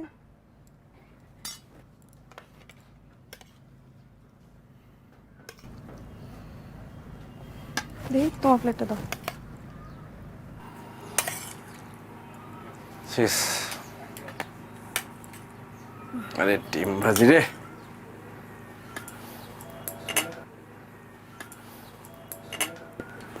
তুমি নিলে না? আমি পরে খাবো। পরে আর কি খাবা? আমি সবজি দিয়ে খাবো না, আমি ডিম দিয়ে খাবো। কেন বাপ, সবজি খাবি না কেন? সবজি না খাইলে বড় হবি না, বুদ্ধি হইব না। হ্যাঁ কর, মুখ খুলে না, দেখছো? আর স্কুলে ভর্তি করাই দেওয়া দরকার না? হ্যাঁ দেওয়া তো দরকার। তো মাত্র ঢাকা শহরে এলাম, স্কুলে ভর্তি করালে তো একটু টাকা পয়সা খরচ হবো। টাকা পয়সা জোগাড় যন্ত্র করতে হবে না? সামনে একটা স্কুল আছে, আমি গেছিলাম। আমার মনে হলো যে ওখানে খুব একটা খরচপাতি লাগবো না, ভর্তি করাই দিই। ওরে ঠিকঠাক মতো খোঁজ নিছো? মানে ভালোইব? ভালোই তো মনে হইল। দেখো তুমি যেটা ভালো মনে করো। সারাদিন তো টোটো করে ঘুরে বেড়ায়, কই কই যায়, কাগো লগে মিশে, কিছুই তো জানি না। আর এখানে তো কারো চিনিও না। কি রে ভাব, ঢাকা শহরে এসেই দেখি বন্ধু পাতায় ফেলছিস। তা একটু পড়াশোনা করতে হইব না? হ্যাঁ করতে হইব তো। এই যে তোর পুরান স্কুলের যে বইগুলো আছে, ওইগুলো নিয়েও তো একটু বসতে পারস না? জিগাও তো পড়ে কিনা। আমি পড়ি তো। আবার মিছে কথা থাবর তুমি। থাক, তুই এখন খা। আজকে আমি তোরে নিয়ে পড়তে পাবো, ঠিক আছে? হা কর, মুখটা খুলে না। হা কর, বাহ পানি নিয়ে আসতে। এটা হইতেছে কাজের আনন্দ, নবকৃষ্ণ ভট্টাচার্য। মৌমাছি মৌমাছি কোথায় যাও নাচি নাচি, দাঁড়াও না একবার ভাই। কি রে এখনই ঘুমাস কেন? একটু পর। ওই ফুল ফোটে বনে, যায় মধু আহরণে, দাঁড়াবার সময় তো নাই। এত হাই তুলতেছিস কেন? বাকিটা কালকে পড়ি। কালকে পড়বি? পড়তে বলেই ঘুমাহে না? আমি অনেক পড়ছি। আবার কই দে পেন্সিল দে, আমি তোর এই শব্দার্থগুলো লিখে দেই, এগুলা মুখস্থ করবি। তুমি দোকানে যাইবা না? যাবো তো, আর একটু এগুলা দেখা দিয়ে যাই, এগুলা তোর বাসার কাজ, ঠিক আছে? এগুলো মুখস্থ করবি যে আহরণ মানে হইতেছে সংগ্রহ করা। আহরণ মানে কি? সংগ্রহ করা। সংগ্রহ করা। তারপরে হইছে Sợ à. Mình tự giấu đi mà. Hãi vậy. Chết mất. Cô sinh viên.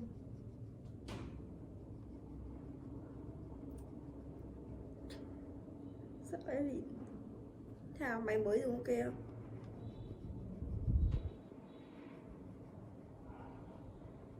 Lý do á?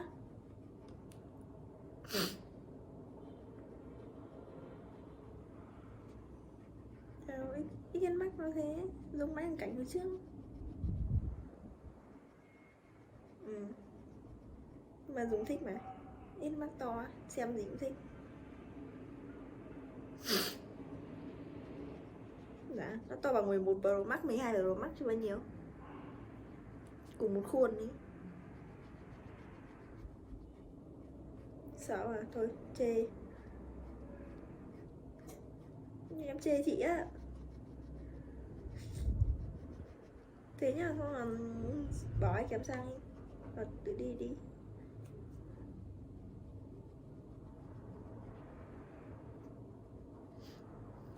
Bỏ như rồi, nó nói anh có anh bảo cho. Dùng đi. Dùng tạm đi.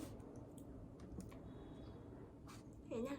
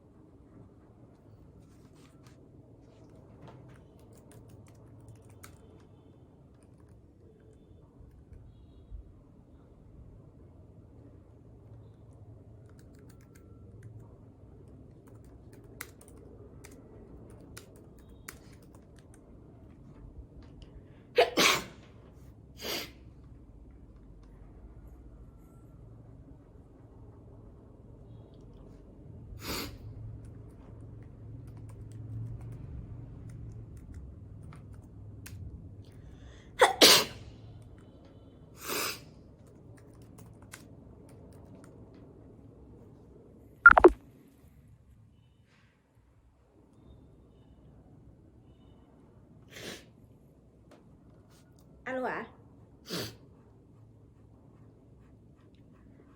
Cái máy tính con nó bị đầy mấy cái video chớt vào ấy. Nó đã ấy đâu. Nó bị nhiều quá ấy. Đâu chỉ còn một quay luôn ấy. Rồi đang hang kiếm tiền hay sao ấy. Một quay luôn.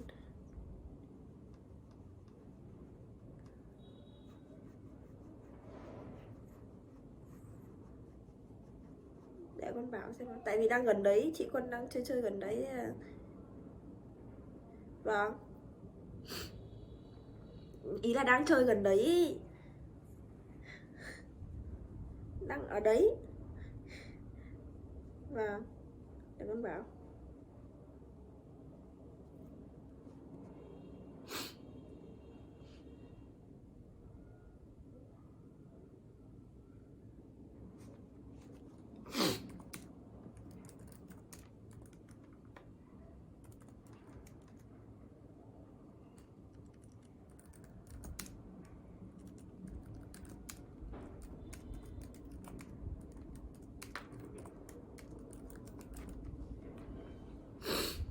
Mình đã tô xong màu cam rồi nha.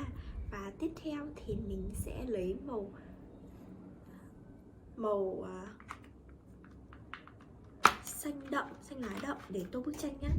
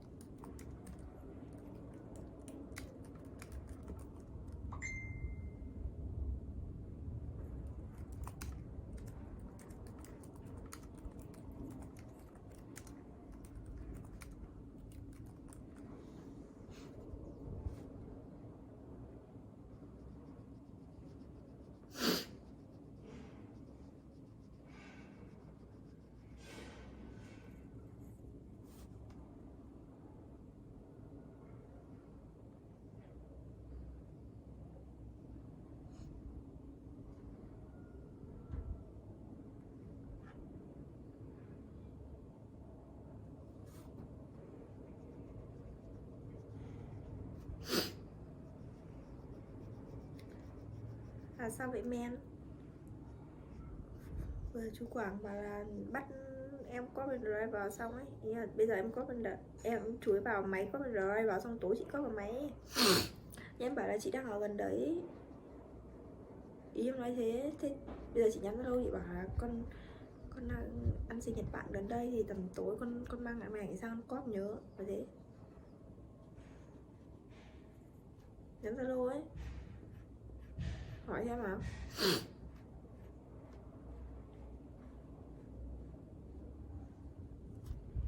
Alo. Bảo con đang ăn gần đấy cách có 1-2 cây thôi.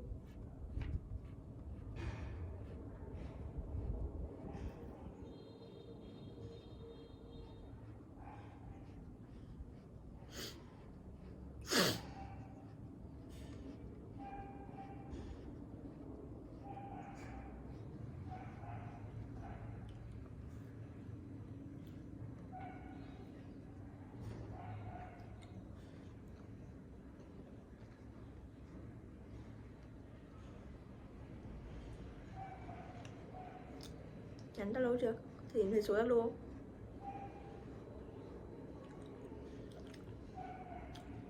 Tìm thấy số Zalo không?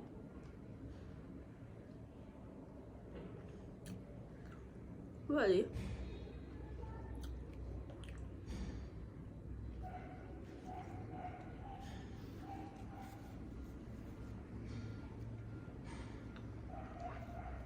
Bảo tối con não sang được không? Không có cơm chuối đợi. Con đang ở gần nhưng mà tối mới sang được.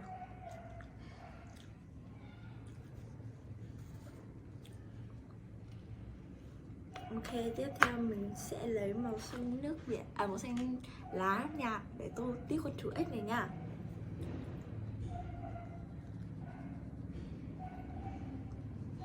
Cái gì đang nha quả. Nha nho à. Thế á? Tôi chẳng nghe gì. Tại em đâu chẳng nghe.